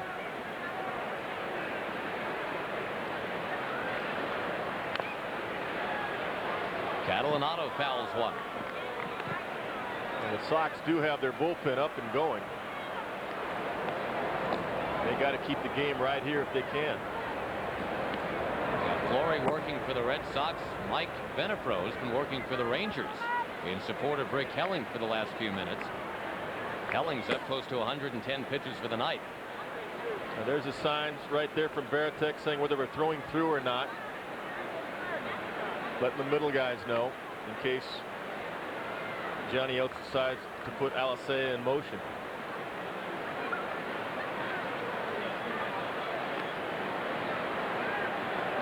I don't think with Catalanato up there right now, first and third, 1 out, I don't think anything will be beyond right here. I think you're going to give Catalanato with that slow knuckleball a chance to pull one through the right side. If it's a power pitcher, it's a different story. You might put something on, but yanked foul. Yeah, well, that's what he's looking to do. 68-mile-an-hour knuckleball. You got a good guy that can pull the ball here. Let him go ahead and do that rather than try to run in this situation. Now 2 strikes, a contact situation where he has to put the ball in play. Now it changes. Now he doesn't have the option of trying to pull the ball. He has to make contact if it's close. So this situation, it's okay to put Alicea in motion. Count dictates everything when you put runners in motion, not necessarily their speed. The game and the count and the situation of the score and the count dictate when you put people in motion. In the dirt and blocked. It's the lefty part of the lineup here for John Oates. Catalanato, then Greer and Palmeiro, and then after Kapler, Ricky LEDEE. He had a pretty good runner at third base. You know, a good time for a possible double steal, even if Catalanato strikes out. It's tough to throw on. Pokes it back to the mound. Red Sox cannot turn the double play. In fact, they don't get an out. 1 run scores. It's runners at the corners again. A huge play. Wakefield had a tailor-made double play. And that's why I say, you know, with 2 strikes, Catalanato just has to put the ball in play, and I'll say it's better to put him in motion with 2 strikes because he's just got to make contact. That's all Catalanato was doing. But it's an easy 1-6-3 double play, but Wakefield throws wide. Alexander wasn't quite there yet, and the ball sailed on him. So here we are, first and third, 1 out, 2 strikes. Catalanato's got to put the ball in play. No action by Alicea, and here's a double play ball. Now Tim just wheels and fires, but Alexander is not quite there yet, and the ball just sailed a little bit to his left and off his glove into center field for the error. Now Wakefield will get the throwing error, I'm sure. Yep, he does. And just like that, it's now 4-1 Texas. You've got the number 3 batter coming up, runners at the corners, and still just one out in the inning. Number 29, the left fielder. You know, getting back to that point that Rangers don't run, the Red Sox don't run. I mean, you've got to think about putting them in motion there, because your hitter has to just make contact. He can't try to pull the ball in that situation, and they should have been out of the inning. Can Wakefield get another ground ball? No. Greer sails it towards the monster. Deep left field. It's going to get off the wall about 2/3 of the way up. 2 runs heading home, 6-1 Texas. Another remarkable turn. Right after, I mean immediately after the botched double play, which should have gotten them out of the inning. Rusty Greer makes them pay. It is 6-1 Rangers. Another ball up in his zone. Talked about the location of the knuckleball. If it's up, you get a chance to hit it. And look at that knuckleball right there. Starts out at the letters, ends up at the belt. Very hittable pitch, a fly ball pitch. And a fly ball in this ballpark goes for extra bases many, many times. 2-run double right there. Take a look at the location. I mean, that's just up and out over the plate. They will go ahead and put Palmeiro on intentionally to set it up for Gabe Kapler and try once again to get the double play. Wow, 3 runs in, and again, Tim Wakefield will tell you it should have been an inning-ending double play on the ball beaten back to him by Catalinato. The difference between 3-1 and 6-1. Greer, having scraped the monster, knocking in 2. And a chance for us to examine the monster.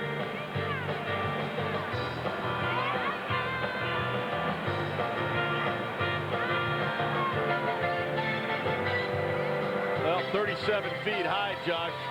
You've got to know how to play this ball. You got to realize when it's high enough to go out of the ballpark or when to play the carom, and that's why it's so tough for visiting clubs normally to play here. Well, that's going to do it for Tim Wakefield. The monster not his friend tonight. 6-1 Rangers. Will be right back. Well, with the Yankees up 5 runs in their game against Anaheim, looky here. The Red Sox are down 5 runs despite out-hitting Texas tonight 10-9. Well, it's been a gutty performance by Rick Helling to get himself into trouble. Then after he gives up that leadoff double, which he's done a few times tonight, then he gets himself out of trouble by making some great pitches and getting the strikeouts.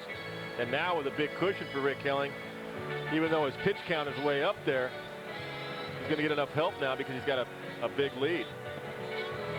Bryce Flory comes in the game. 16 walks, 22 strikeouts.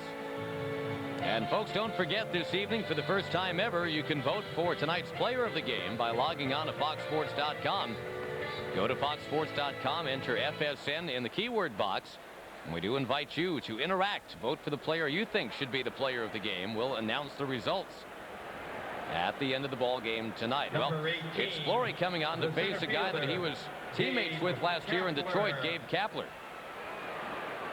And Kapler, who has hit safely now in 29 of his last 30 games, has 2 on, just 1 out. No more knuckleballs to worry about tonight. Well, pretty good sinker, though. A lot of movement right there by Flory.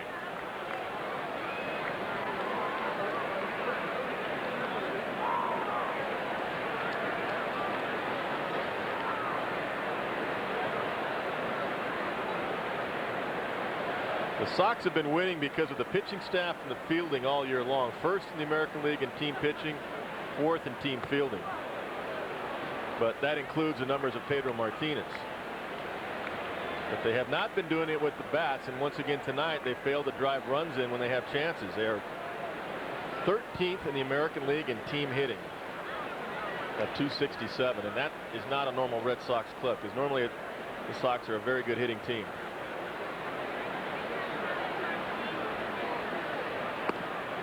One caught the inside corner, says Mark Hirschbeck, and interesting to see Flory come on right here to face Kapler.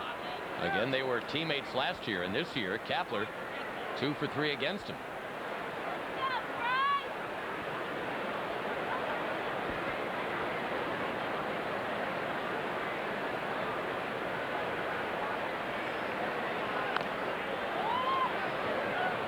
Three runs in the 7th inning for the Rangers. This beginning a 4-game series here at Fenway. The Rangers' only trip into Boston this year. Yes, it's true.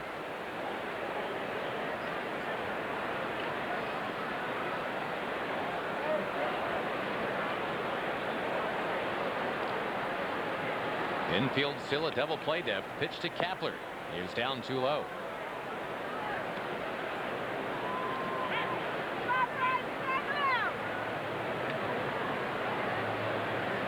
Well, that's a pretty interesting stat right there, because Pedro Martinez leading all of baseball in ERA with about a 1.5 ERA. Without him, the Sox go from first to third. That's quite a jump. It shows you what he means to this ball club. Fleury gets Kapler. Everybody says, well, the Sox have been first in the American League the last couple of years in overall team ERA, but that includes Pedro Martinez. And the Red Sox, who hadn't been first in the American League since back around the time they were winning their World Series in the 1910s. Well, 1999, you're right. Look at that, Josh. All the way back to 1914. This year, they are on top of the AL at 4.1. You know, just 8 years ago, 4.1 was back beyond middle of the pack in the American League. We're not talking a generation ago. We're talking 8 years ago. Ricky LEDEE takes down and outside. Well, you see so many guys today with so many starting pitchers with ERAs in the high 4s and the 5s. And 4 is considered good now, where the standard back in the 60s was anything under 3. 3 and under. Fleury getting ahead of Ricky LEDEE, the right fielder. Of course, Fleury's got to be glad that Juan Gonzalez is no longer the right fielder. Coming into this year, Juan Gonzalez 8 for 8 against Bryce Fleury with 7 extra base hits.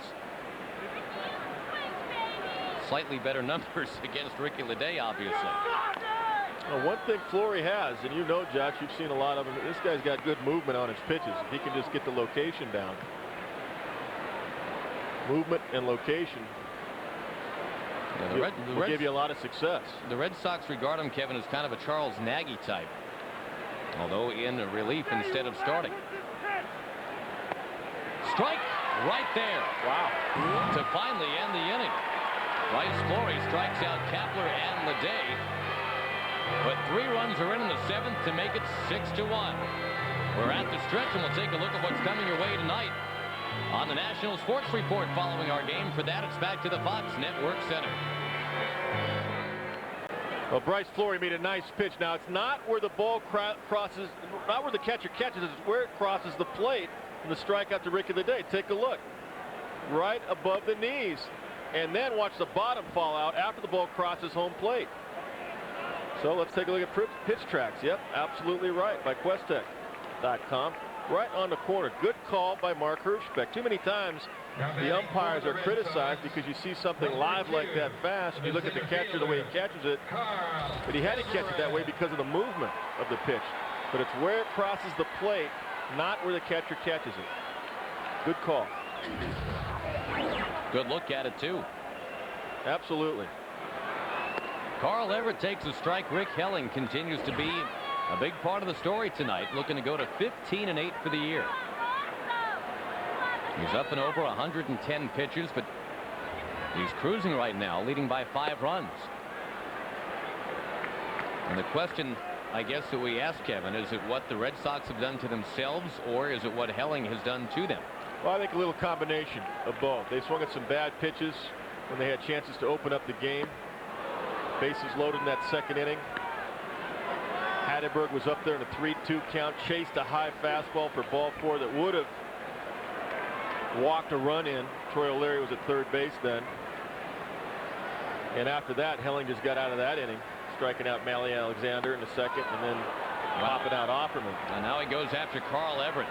And an 8 strikeout night for Rick Helling. Not that we're stumping for any particular candidate, but we remind you that courtesy of Nissan, you can vote for tonight's player of the game by logging on to foxsports.com. If any of Rick Helling's friends and family are watching, by the way, you just go to foxsports.com, enter FSN in the keyword box, You can vote for Rick Helling. You can vote for any of the Red Sox.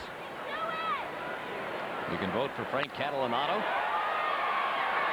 Here's Dahlbach sailing one to right field, all the way back to the warning track. 2 down. Ricky LEDEE trying to field for that wall, but really he was about 10 feet shy of it.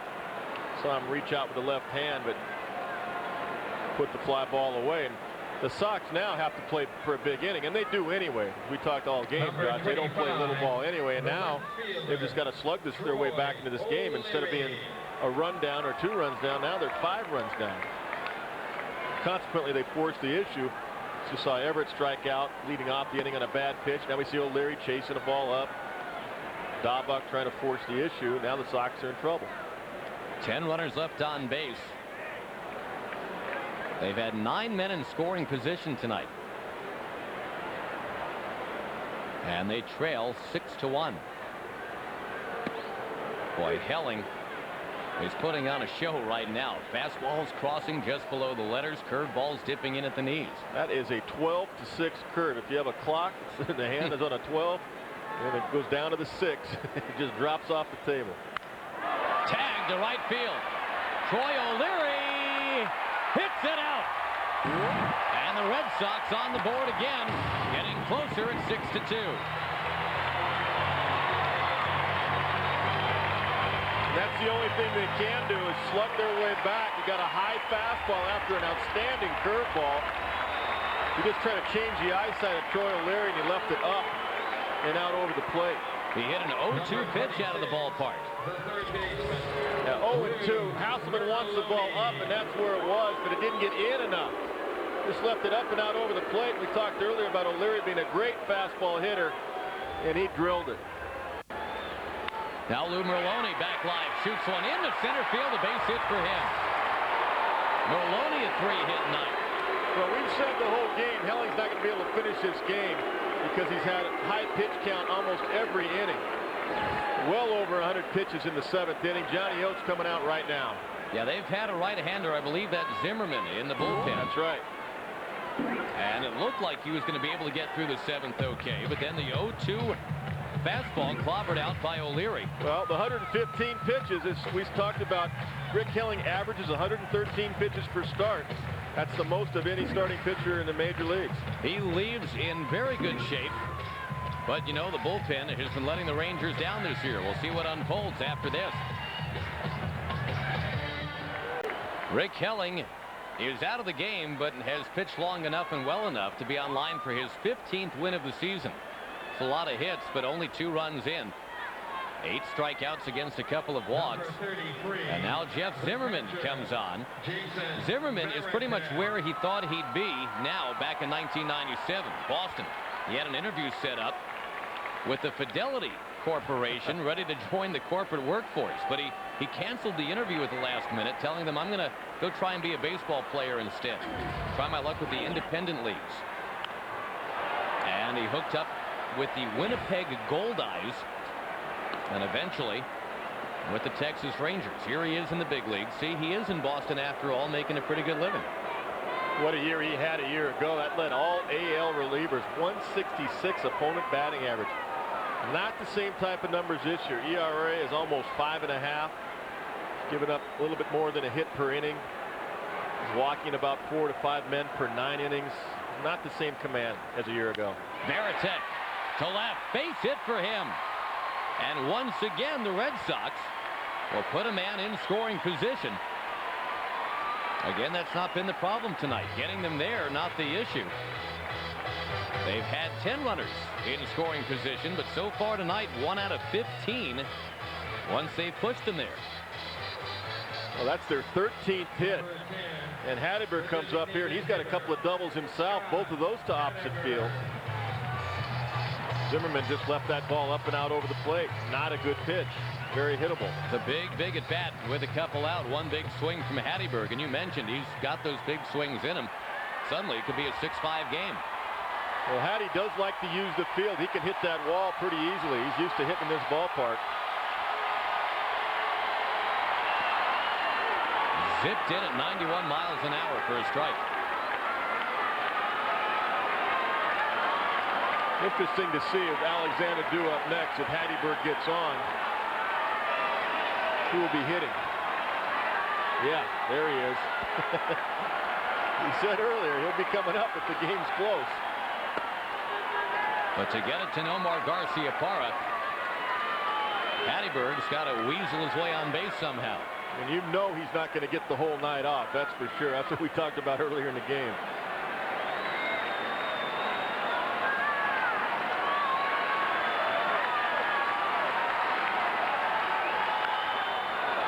Fouled at the plate. Boy, wouldn't that be something? Then all the talk show callers would be hailing him as a genius. Boy, they brought him in off the bench at just the right time. Well, that's the one thing you know when you start guys like Alexander, your backup guys, that you're going to have a good bench. You got Bronya from the left side, you got Garciaparra from the right side, and you pick your spot when to use him. And if Garciaparra comes up this inning, he's got a chance to tie the game. First the 1-2 inside. I mean, this is a huge out for Jeff Zimmerman. Talked earlier, Hatteberg really works the count pretty well. He can draw a walk. Normally has a good eye at the plate. Now, he did chase that 3-2 fastball up high in the second inning with the bases loaded and got himself out, but normally he's got a good eye.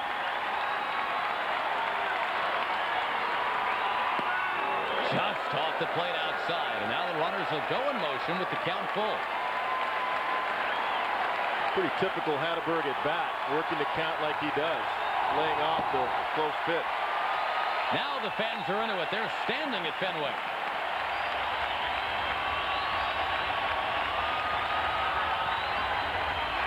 In the dirt, Garciaparra is coming up. He's the tying man.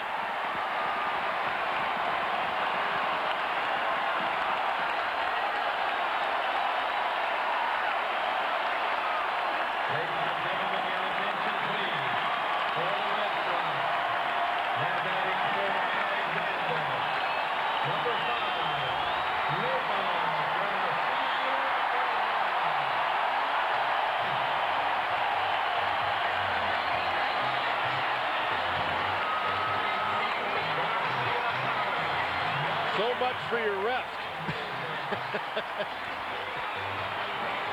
And this is the right move. You've got to do this when you got your best player on the bench. The bases loaded in the seventh in a big game. The Yankees are winning tonight.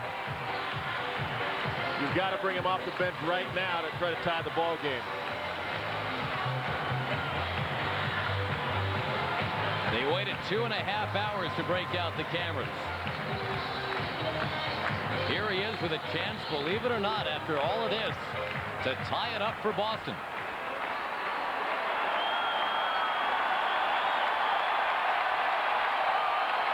MVP candidate. Mayor of Boston candidate.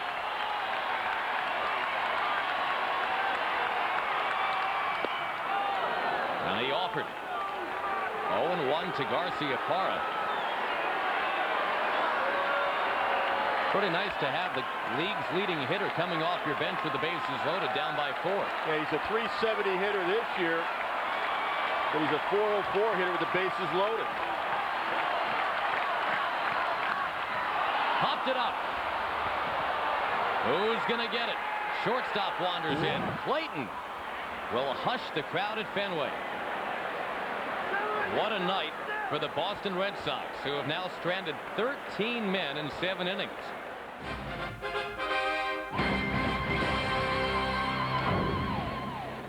Off we go to the 8th inning in Boston, and the number of the night has got to be 13. That's the number of hits for the Red Sox. That is also the number of men they have left on base. Same story, by the way, a couple of nights ago against Tampa Bay. They left 13 on.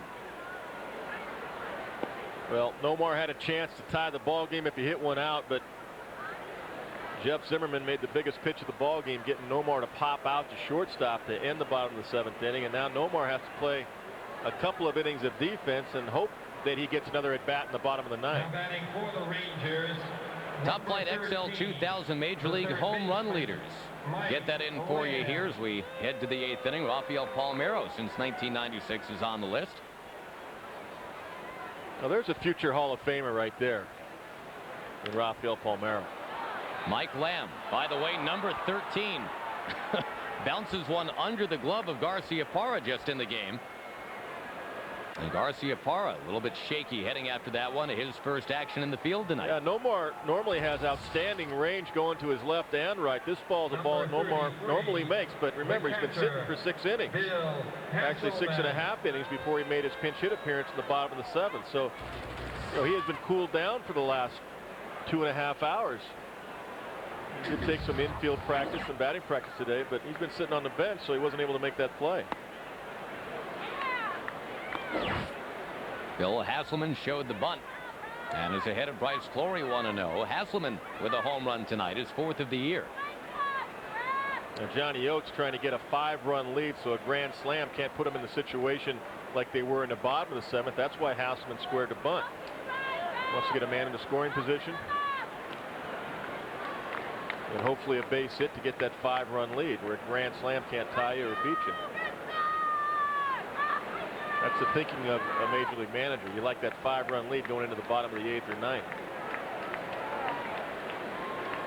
Former battery mates here, Bryce Flory and Bill Hasselman with the Tigers. Hasselman also a former Boston Red Sox. In fact, he caught Roger Clemens quite a bit. Speaking of Detroit, he caught the Roger Clemens 20 strikeout game in Detroit. I was just going to say, well, I was there. Now, what did you think of Roger that night from the outset? Did you think he had, I don't know, 15 in him? Early, we knew he had good stuff, but I'll tell you what, one of the pitchers, you know, keeps the chart. He said like after 6 innings he had, I don't know, something like 15, 14, 15, that Roger had to go for it. We knew he had a lot of strikeouts, but we didn't realize that he had a chance to tie his own record. Well, the opposing pitcher in that game, interestingly, was Justin Thompson. It was the key part of the trade that the Rangers made this offseason with the Tigers. Of course, Thompson has been out all year. He was supposed to be a left-hander who could step in and win 15. Right. Pretty good pitcher, too. I like his stuff.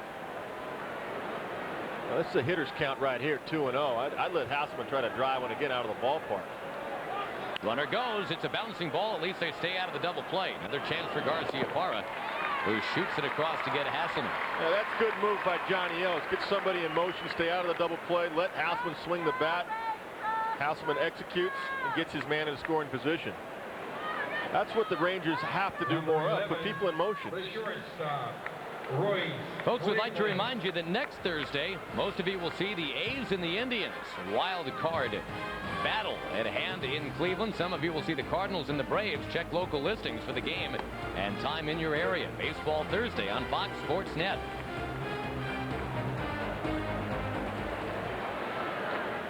Thanks for joining us tonight here for Baseball Thursday. The Red Sox and the Rangers. 6-2 Texas our score.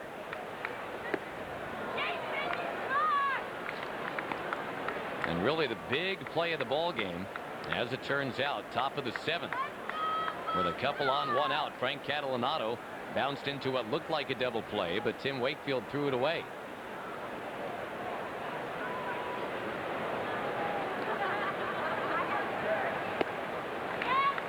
We go down and outside, 2-1, the count to Royce Clayton.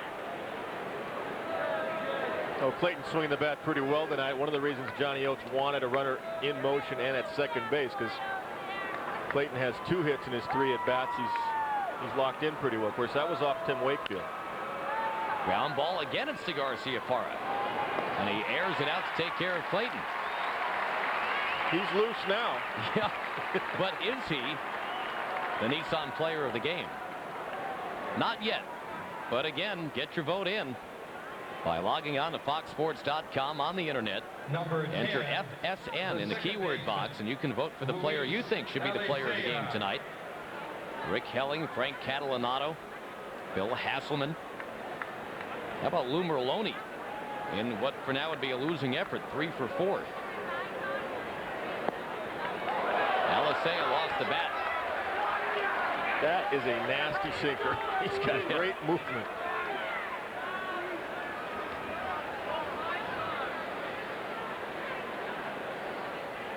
A lot of teams have liked Flory's stuff. The Padres, the Brewers, Tigers, now the Red Sox.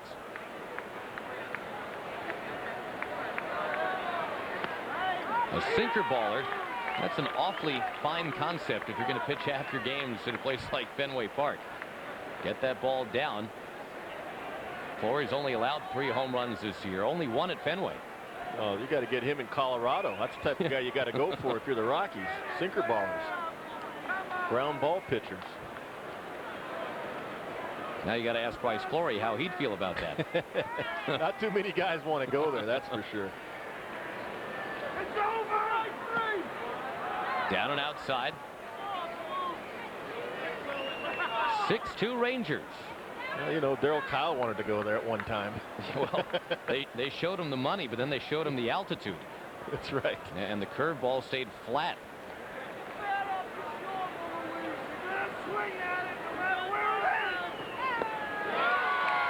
Alicea strikes out. Bryce Fleury again driving the ball down in the zone. Has done a nice job in relief. The leadoff single didn't turn into anything. Top of the order coming now for Boston. Red Sox down by 4.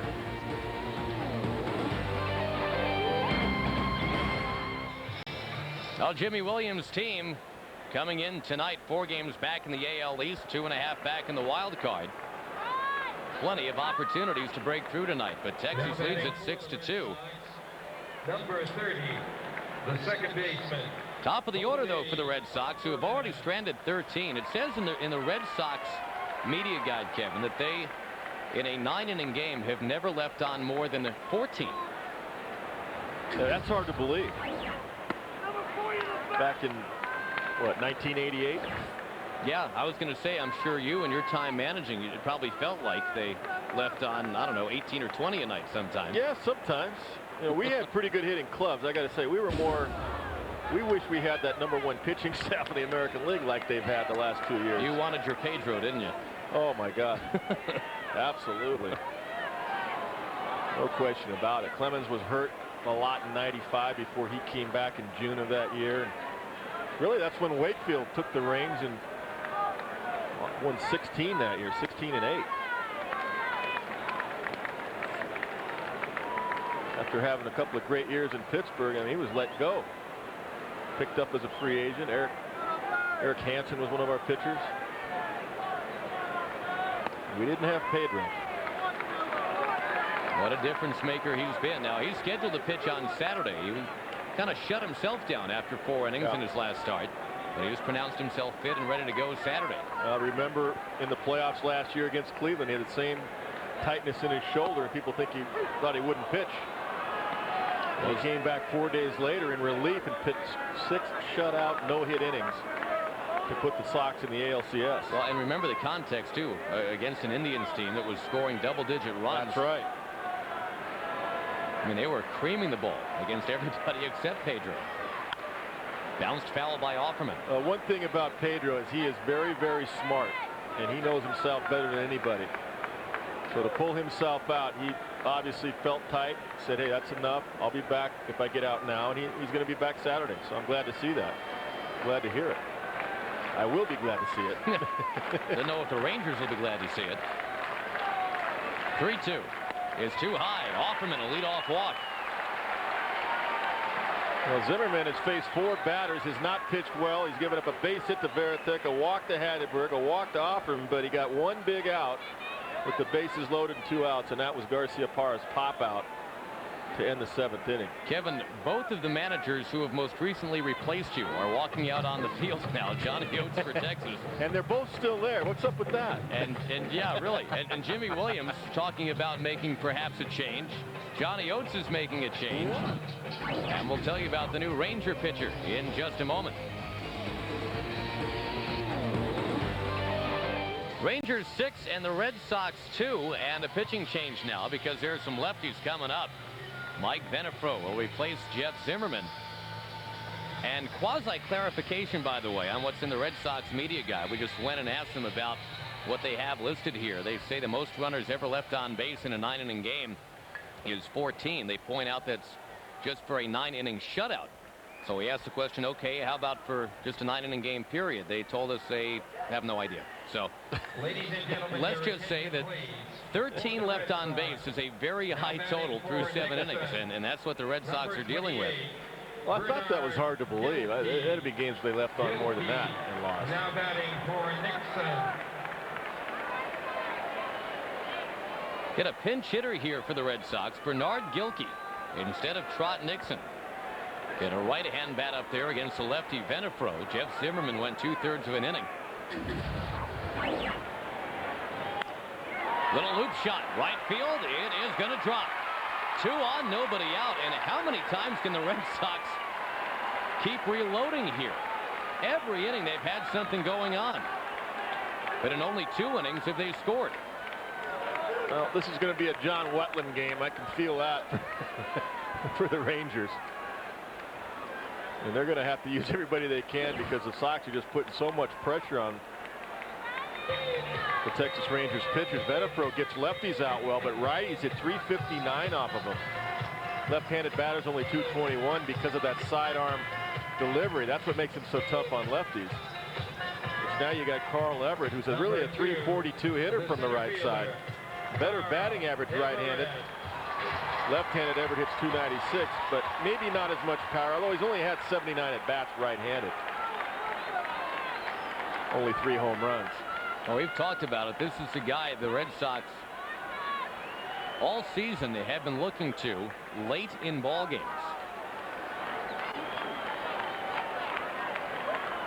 Batting righty for the first time tonight. Chops it near third, but foul.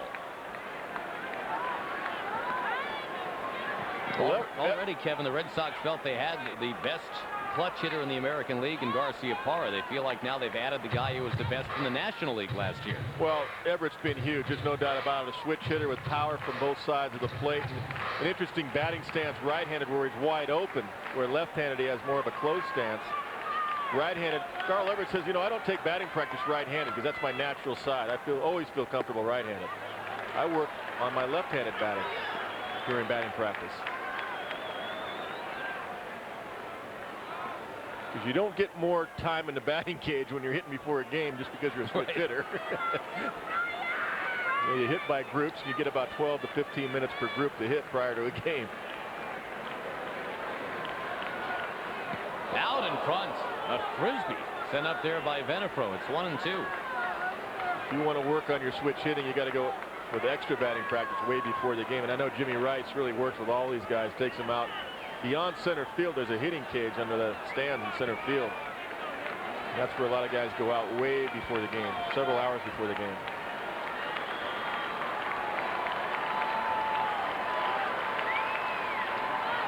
Got him!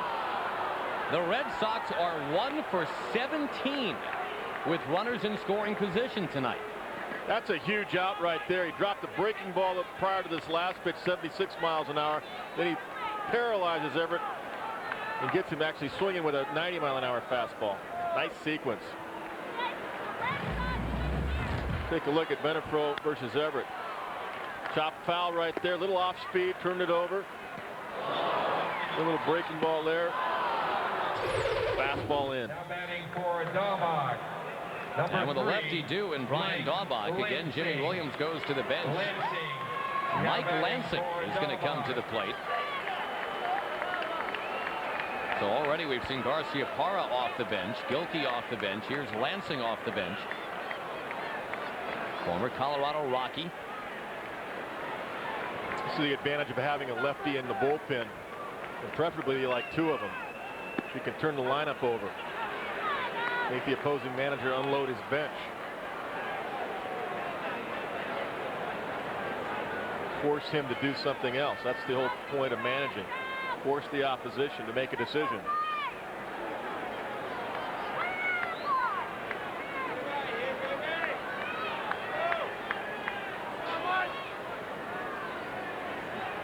Venefro deals and misses down and in. Well, what happens if they get through this inning and you end up bringing Wetland in at some point?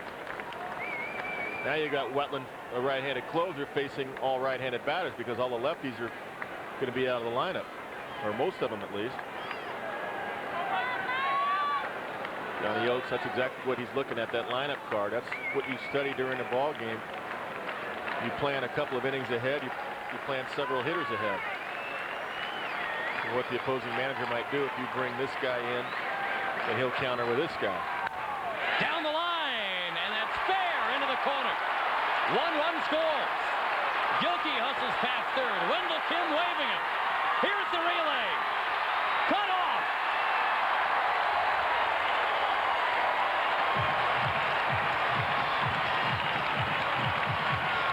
And it's Mike Lansing off the bench to turn 1 out of 17 with runners in scoring position, 2 out of 18.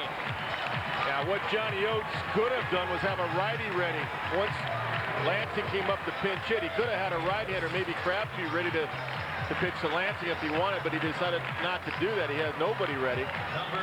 So Lansing gets the matchup he wants. Jimmy Williams gets the matchup he wants, and Lansing burns him with a 2-run double down the line. So I said right-handed batters are hitting .359 off of Venafro, and everybody's safe. Palmeiro cutting the throw off, wisely so. They didn't have a chance at home plate on the trail runner. Troy O'Leary, and he backs away. This is a lefty-lefty matchup.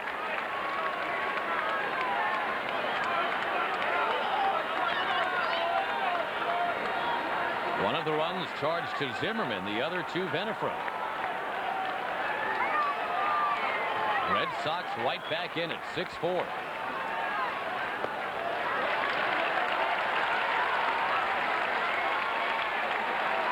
There's only one out. That means Garciaparra, unless there's a line-out double play, you're going to see Garciaparra hit again in this game, whether it be this inning at some point or in the ninth. You're going to see him get another at-bat.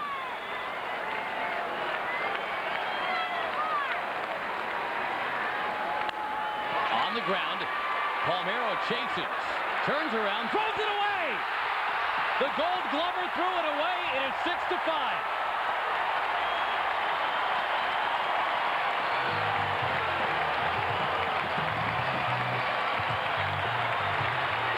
That was a long ways for Palmeiro to go. I think Alicea really could have taken that ball and made the play much easier. Troy O'Leary is not a speed burner. He runs okay, but he's not a burner. Look at how many steps. 6, 7, 8, 9, 10, 11, 12 steps to turn around. Couldn't find the grip. And still a good throw would have gotten him, but Alicea's got to call him off, just take the ball and make the play much easier. Would have had plenty of time to get O'Leary. And Rafi's got to recognize that Alicea is right there in front and behind the ball. The tying man is on. That's going to be it for Venafro. The Red Sox with 3 in the 8th, and they go to the bullpen now with hometown hero Lou Merloni coming up. How about this ball game? 6-5. Well, the scoring of that last play, it's a base hit, as it turns out, for O'Leary, and an E3. Charge to Palmeiro, allowing a run to score. It's now 6-5. Red Sox down by 1. And as we go to a game break, we'll show you what's happening with the Angels and the Yankees. The Yankees holding a slim 2-0 lead in the bottom of the 6th when Dave Justice, how about Dave Justice, 32 home runs now. Luis Sojo would later tack one on. 6-0 now, Yankees in the 8th. The Red Sox trying to hang with them. And a pitching change for Texas. Tim Crabtree, the hard thrower out of Michigan State, to face Lou Merloni out of Providence College. Well, you're right. A hard thrower, 94, 95 fastball, hard slider. This guy's got good stuff. Merloni chops it near second. They get 1, they get 2. 1 pitch, 2 outs. And we stay 6-5 Texas at the end of 8. You mentioned it, though. Garciaparra will bat again before it's done. Back after this.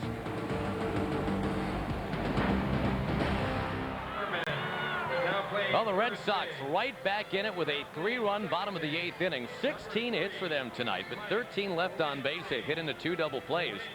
Own worst enemy is the phrase that creeps into mind.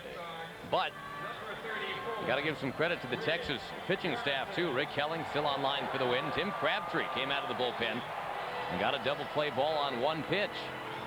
Now it's the Boston bullpen. And Bernard Gilkey takes over in the right field. Trot Nixon out of the game. Mike Lansing had a big hit off the bench last inning. And Jose Offerman replaces Daubach at first.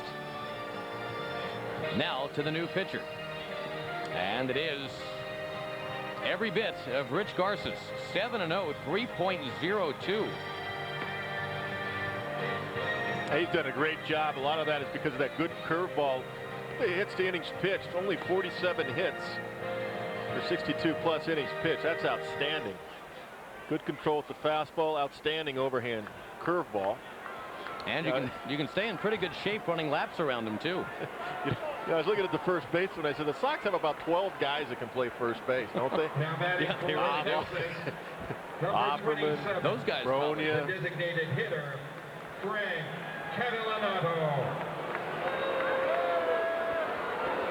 Well, the Red Sox fans who have hung around all night tonight are looking to be rewarded with a 9th inning comeback. But first, you got to hold down Catalanato and company.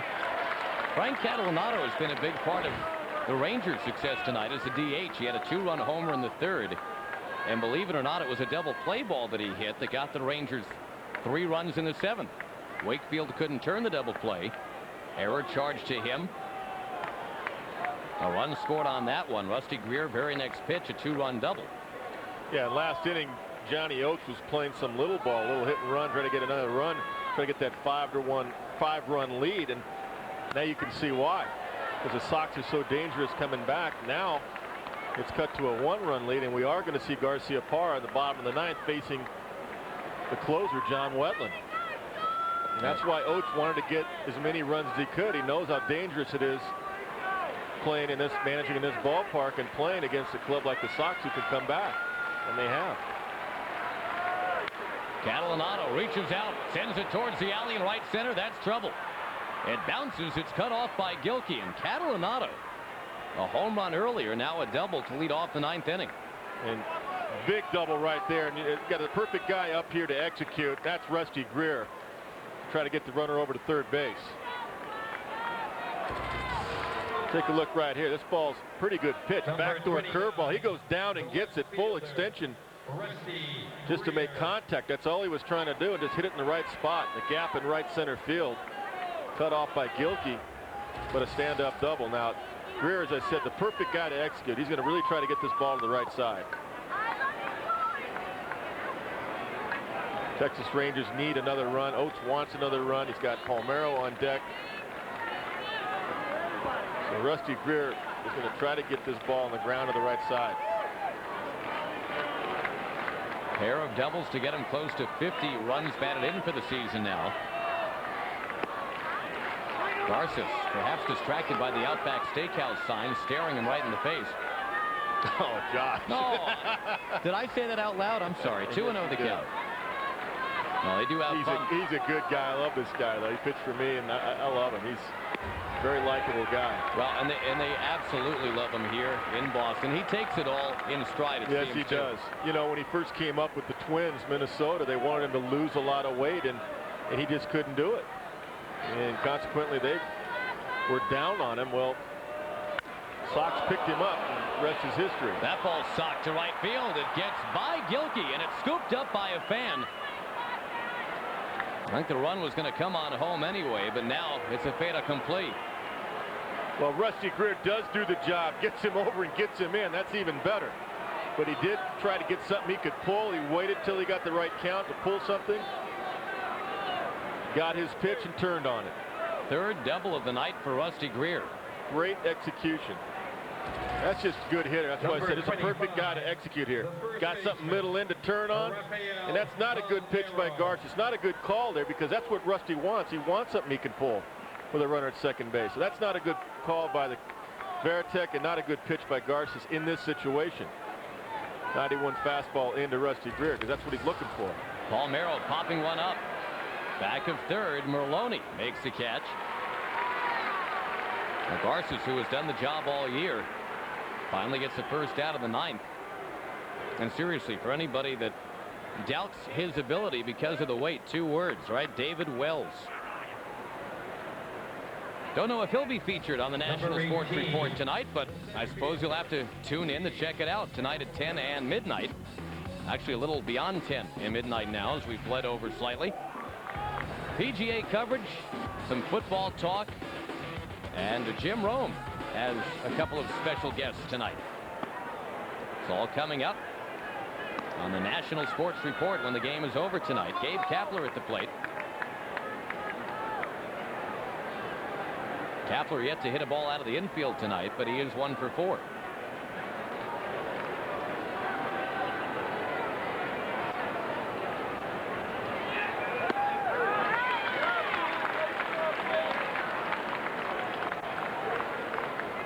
That sequence to Rusty Greer could prove to be fatal, because really in that situation, Rusty's not trying to get a base hit. You know, once they got behind the count to Rusty Greer, I mean, he's in a hitter's count, and I was surprised they tried to go in on him there, Josh, because that's what Rusty's looking for. In on him, a ground ball to short. Garcia Parra flings it across. So now 2 out. Greer moves to third. You know, with 2 strikes, it's a different story.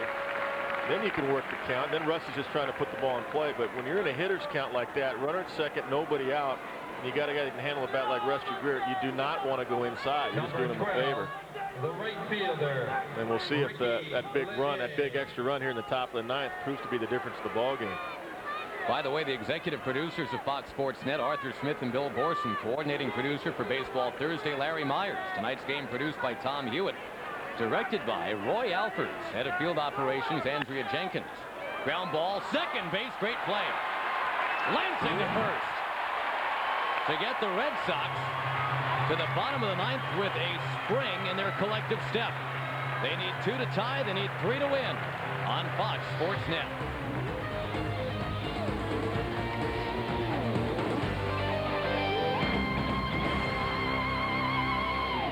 A 28 hitter at Fenway tonight. The Rangers 7 and the Red Sox 5. As again, the Sox have stranded 13. They've hit into 2 double plays, and now with all that fresh in their memory, they get John Wetland. And a huge run in the top of the 9th inning to give Wetland a 2-run lead coming into the bottom of the 9th versus a 1-run lead. And remember, the 3rd hitter of this inning is Nomar Garciaparra. So Wetland really has to concentrate on throwing strikes, not walking anybody. And for Wetland's sake, hopefully nobody on base when he has to face Nomar. Number 33. Now Wetland throwing the ball not quite as hard as he used to. He used to throw the ball 95 to 97. It's been around 90 to 92 this year. Good overhand curveball to go with that, though. Now it starts up with Jason VARITEK, who's had a single and a walk tonight. Again, at last check, the Yankees were cruising against the Angels. Boston trying to avoid slipping to 5 back in the AL East. VARITEK will be followed by Hatteberg, as you said, and then Garciaparra. And strange to think that Garciaparra is a number 9 man in the order. But because he was off the bench tonight, that's exactly what's going on.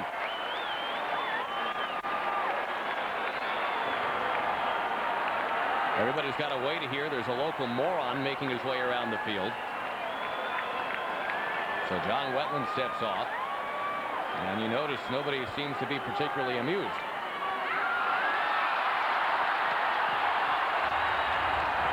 Well, maybe slightly amused, but please don't try this at home. Yeah, this happens occasionally here at Fenway Park. The fans' only way to get into Fenway Park and on the field by disrupting the ball game. That is a shame because it is such a great fan base. And one Yahoo doesn't kill it for 33,000 accurately passionate fans. But it does hold up the proceedings here. John Wetland will take some practice throws. And a crazy ball game tonight. Again, the Red Sox, you go back. Is it the full moon? I don't know. But Red Sox had the bases loaded. Nobody out in the second, couldn't score. They had first and third. Nobody out in the third and couldn't score. All kinds of other opportunities. Leadoff double in the 4th, couldn't get that man in. Leadoff double in the 6th, couldn't get that man in. Left the bases loaded in the 7th. Garciaparra was a tying man. He popped out. And this is no easy task in this inning for John Wetland because the Red Sox come from behind so often right here in this ballpark. After the long wait, big curve for a strike. That's a great curveball, overhand curve, 72 miles an hour. Great differential between the curveball velocity versus his fastball. That's what makes him so tough to hit, because the fastball will be 90 plus. What is wrong with that? pitchers used by John Oates tonight. Rick Helling, remember, started, went 6 2/3, and if he wins it, he'll be only the second 15-game winner in the American League. David Wells already has 17. Tap towards second. 1 out. Big out on a nice curveball from John Wetland. Scott Hatteberg will come up. About time for us to figure out the player of the game, brought to you by Nissan. The fans have spoken, and they have anointed Rusty Greer. 3 doubles, 3 RBI. Well, they love him on the web. Thanks to those of you that voted tonight. Appreciate that. Well, he had that big double in the 7th inning, a 2-run double off the wall in left center field, and in the top of the 9th, a big double to right field to give him the 7th run. Give John Wetland a little breathing room.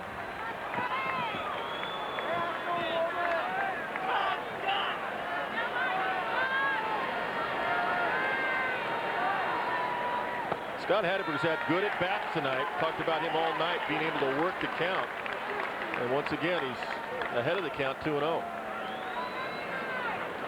It's a tough out. Again, trying to get on base so Garcia Parra can come up with a chance to tie it up. Garcia Parra had that chance in the 7th to tie it up, and he popped out. What John Wetland has to do is just go fastball, fastball, fastball right here. Let Hatteberg swing the bat. There's a fastball at the knees, 3-1. Because as you said, you've got Garcia Parra, the tying run on deck if Hatteberg gets on. So you don't want to walk Hatteberg.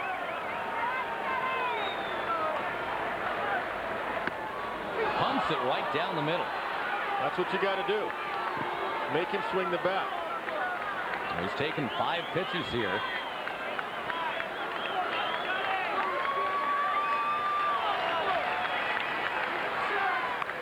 Check swing on the 6th, and it's still 3-2. And ball 4 right there. Hatteberg just couldn't quite get out of the way. Tried to hold up. Break for John Wetland. Trying to get his 27th save of the year. Well, John Wetland was voted earlier in the season the closer of the 90s. Best closer of the decade of the 90s. Here comes Garcia Parra.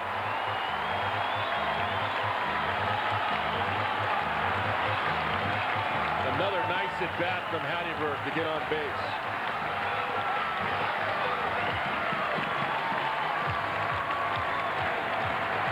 Ladies and gentlemen, your attention please. For the Red Sox, now running. Hatteberg now departs for Darren Lewis. He'll be the pinch runner. Darren Lewis. And it's Garcia Parra to the plate. And the reason you pinch run Darren Lewis right here is because if Garcia Parra hits one in the hole, let's say it's shortstop, Lewis has a better chance of being safe at second rather than Hatteberg. So you take every advantage you can to try to keep this inning alive. That one slipped out of the hand of Wetland, it appeared. Garcia Parra with an 0 for 1 tonight, still hitting .376 to lead the American League.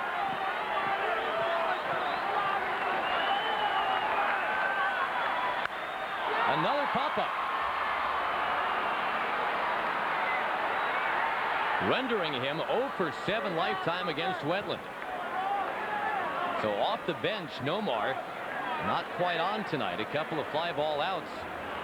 And it will be left to Jose Offerman. Well, we mentioned a couple of times Nomar Garcia Parra, his last 9 games is only hitting .209. He does come in tonight's game as a pinch hitter in the 7th. It pops out to short. This time a pop out to right field. Pulling off the ball just a little bit. That happens in August. We're in the dog days. A little bit tired. That's why he got the rest to start the game. Red Sox in danger of stranding 14 tonight.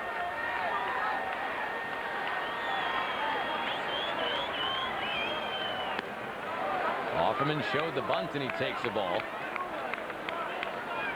Boy, 16 hits for Boston, 12 for Texas, but the Rangers are within and out of the victory tonight.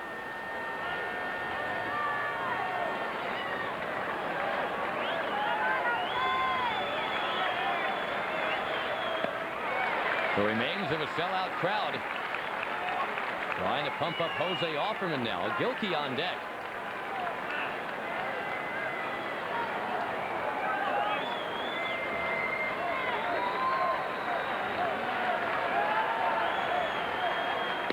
Down the middle, 2-1.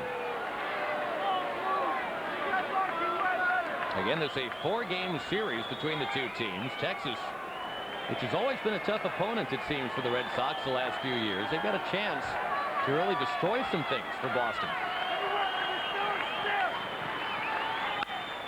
Towards right, base hit. And the winning one is going to come up. It'll be Gilkey. Offerman on base 3 times tonight. And the reason it's Gilkey and not TROT NIXON is because when Johnny Oates brought Benefro in, the lefty, it forced Jimmy Williams to bring his right-handers off the bench, and Gilkey was one of them in the 8th inning. Now, Gilkey did get a base hit off the lefty Benefro, but now he's got to face John Wetland. And that's why the lefty came in that inning. Johnny Oates wanted Jimmy Williams to unload his bench, so he didn't have to see a lot of lefties. Or for John Wetland to have the matchup with the righties in this inning. Number 28, the right fielder. Rico Bronya has come on the pinch run for Offerman. Remember, Offerman's got the bad knee. Gilkey takes a strike. So no pinch hitters this inning, but 2 pinch runners. It is Gilkey left to decide it here.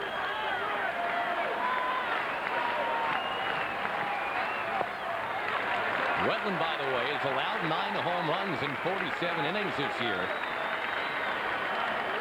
And you know the monster beckons out there and left.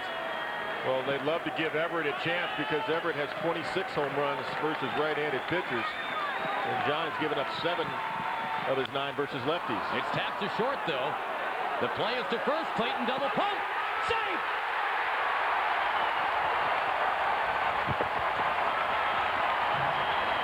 Oh, but for a double pump. And Everett is going to come up with the ball game on the line.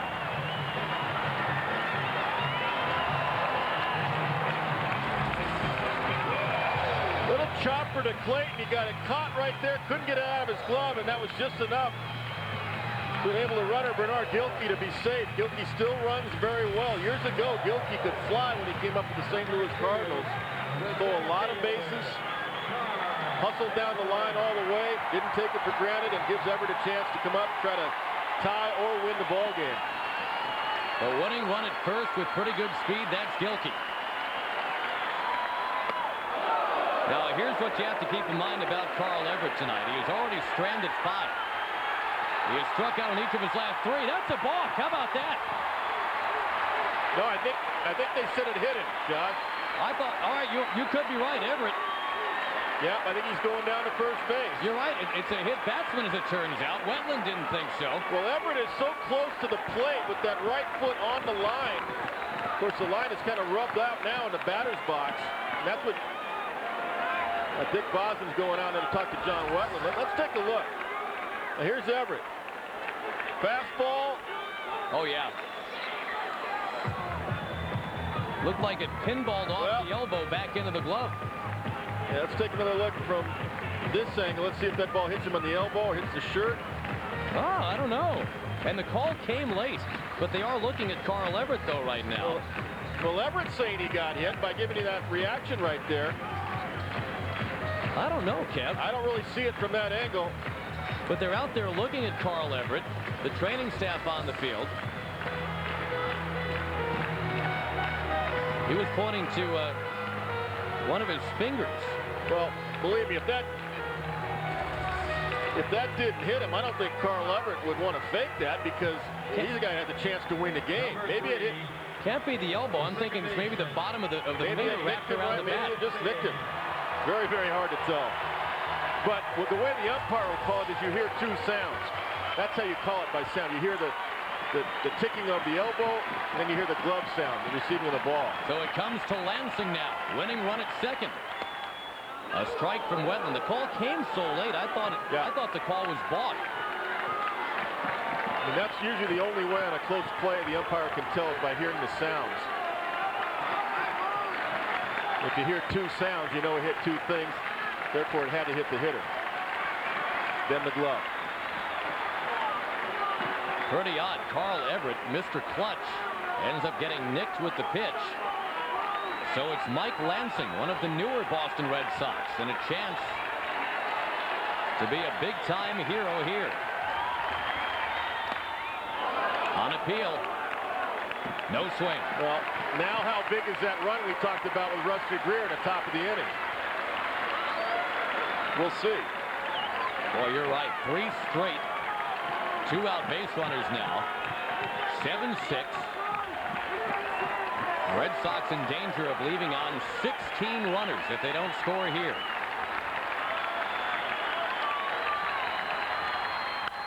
Left field towards the monster.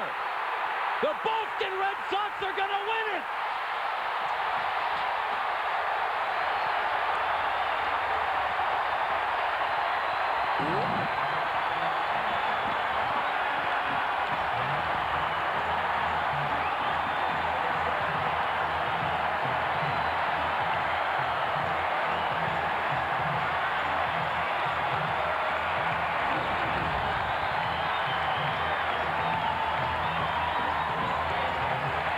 Josh, I've said the whole game, the Sox are so tough to beat in this ballpark. They come back so often the final 3 innings, and it proved true again tonight. That's why you've got to put people away when you can and get as big a lead as you can against these guys, because they're very resilient. They keep battling back, and especially with that wall out there, they know how to play it. Absolutely remarkable. The Red Sox strand 15. Mike Lansing, who didn't even start the game, ends up with 4 RBI. And a high fastball just out over the plate, up a little bit, about 90 miles an hour. And as soon as the ball was hit, you knew it was off the wall and the game was over. A Royce Clayton double clutch.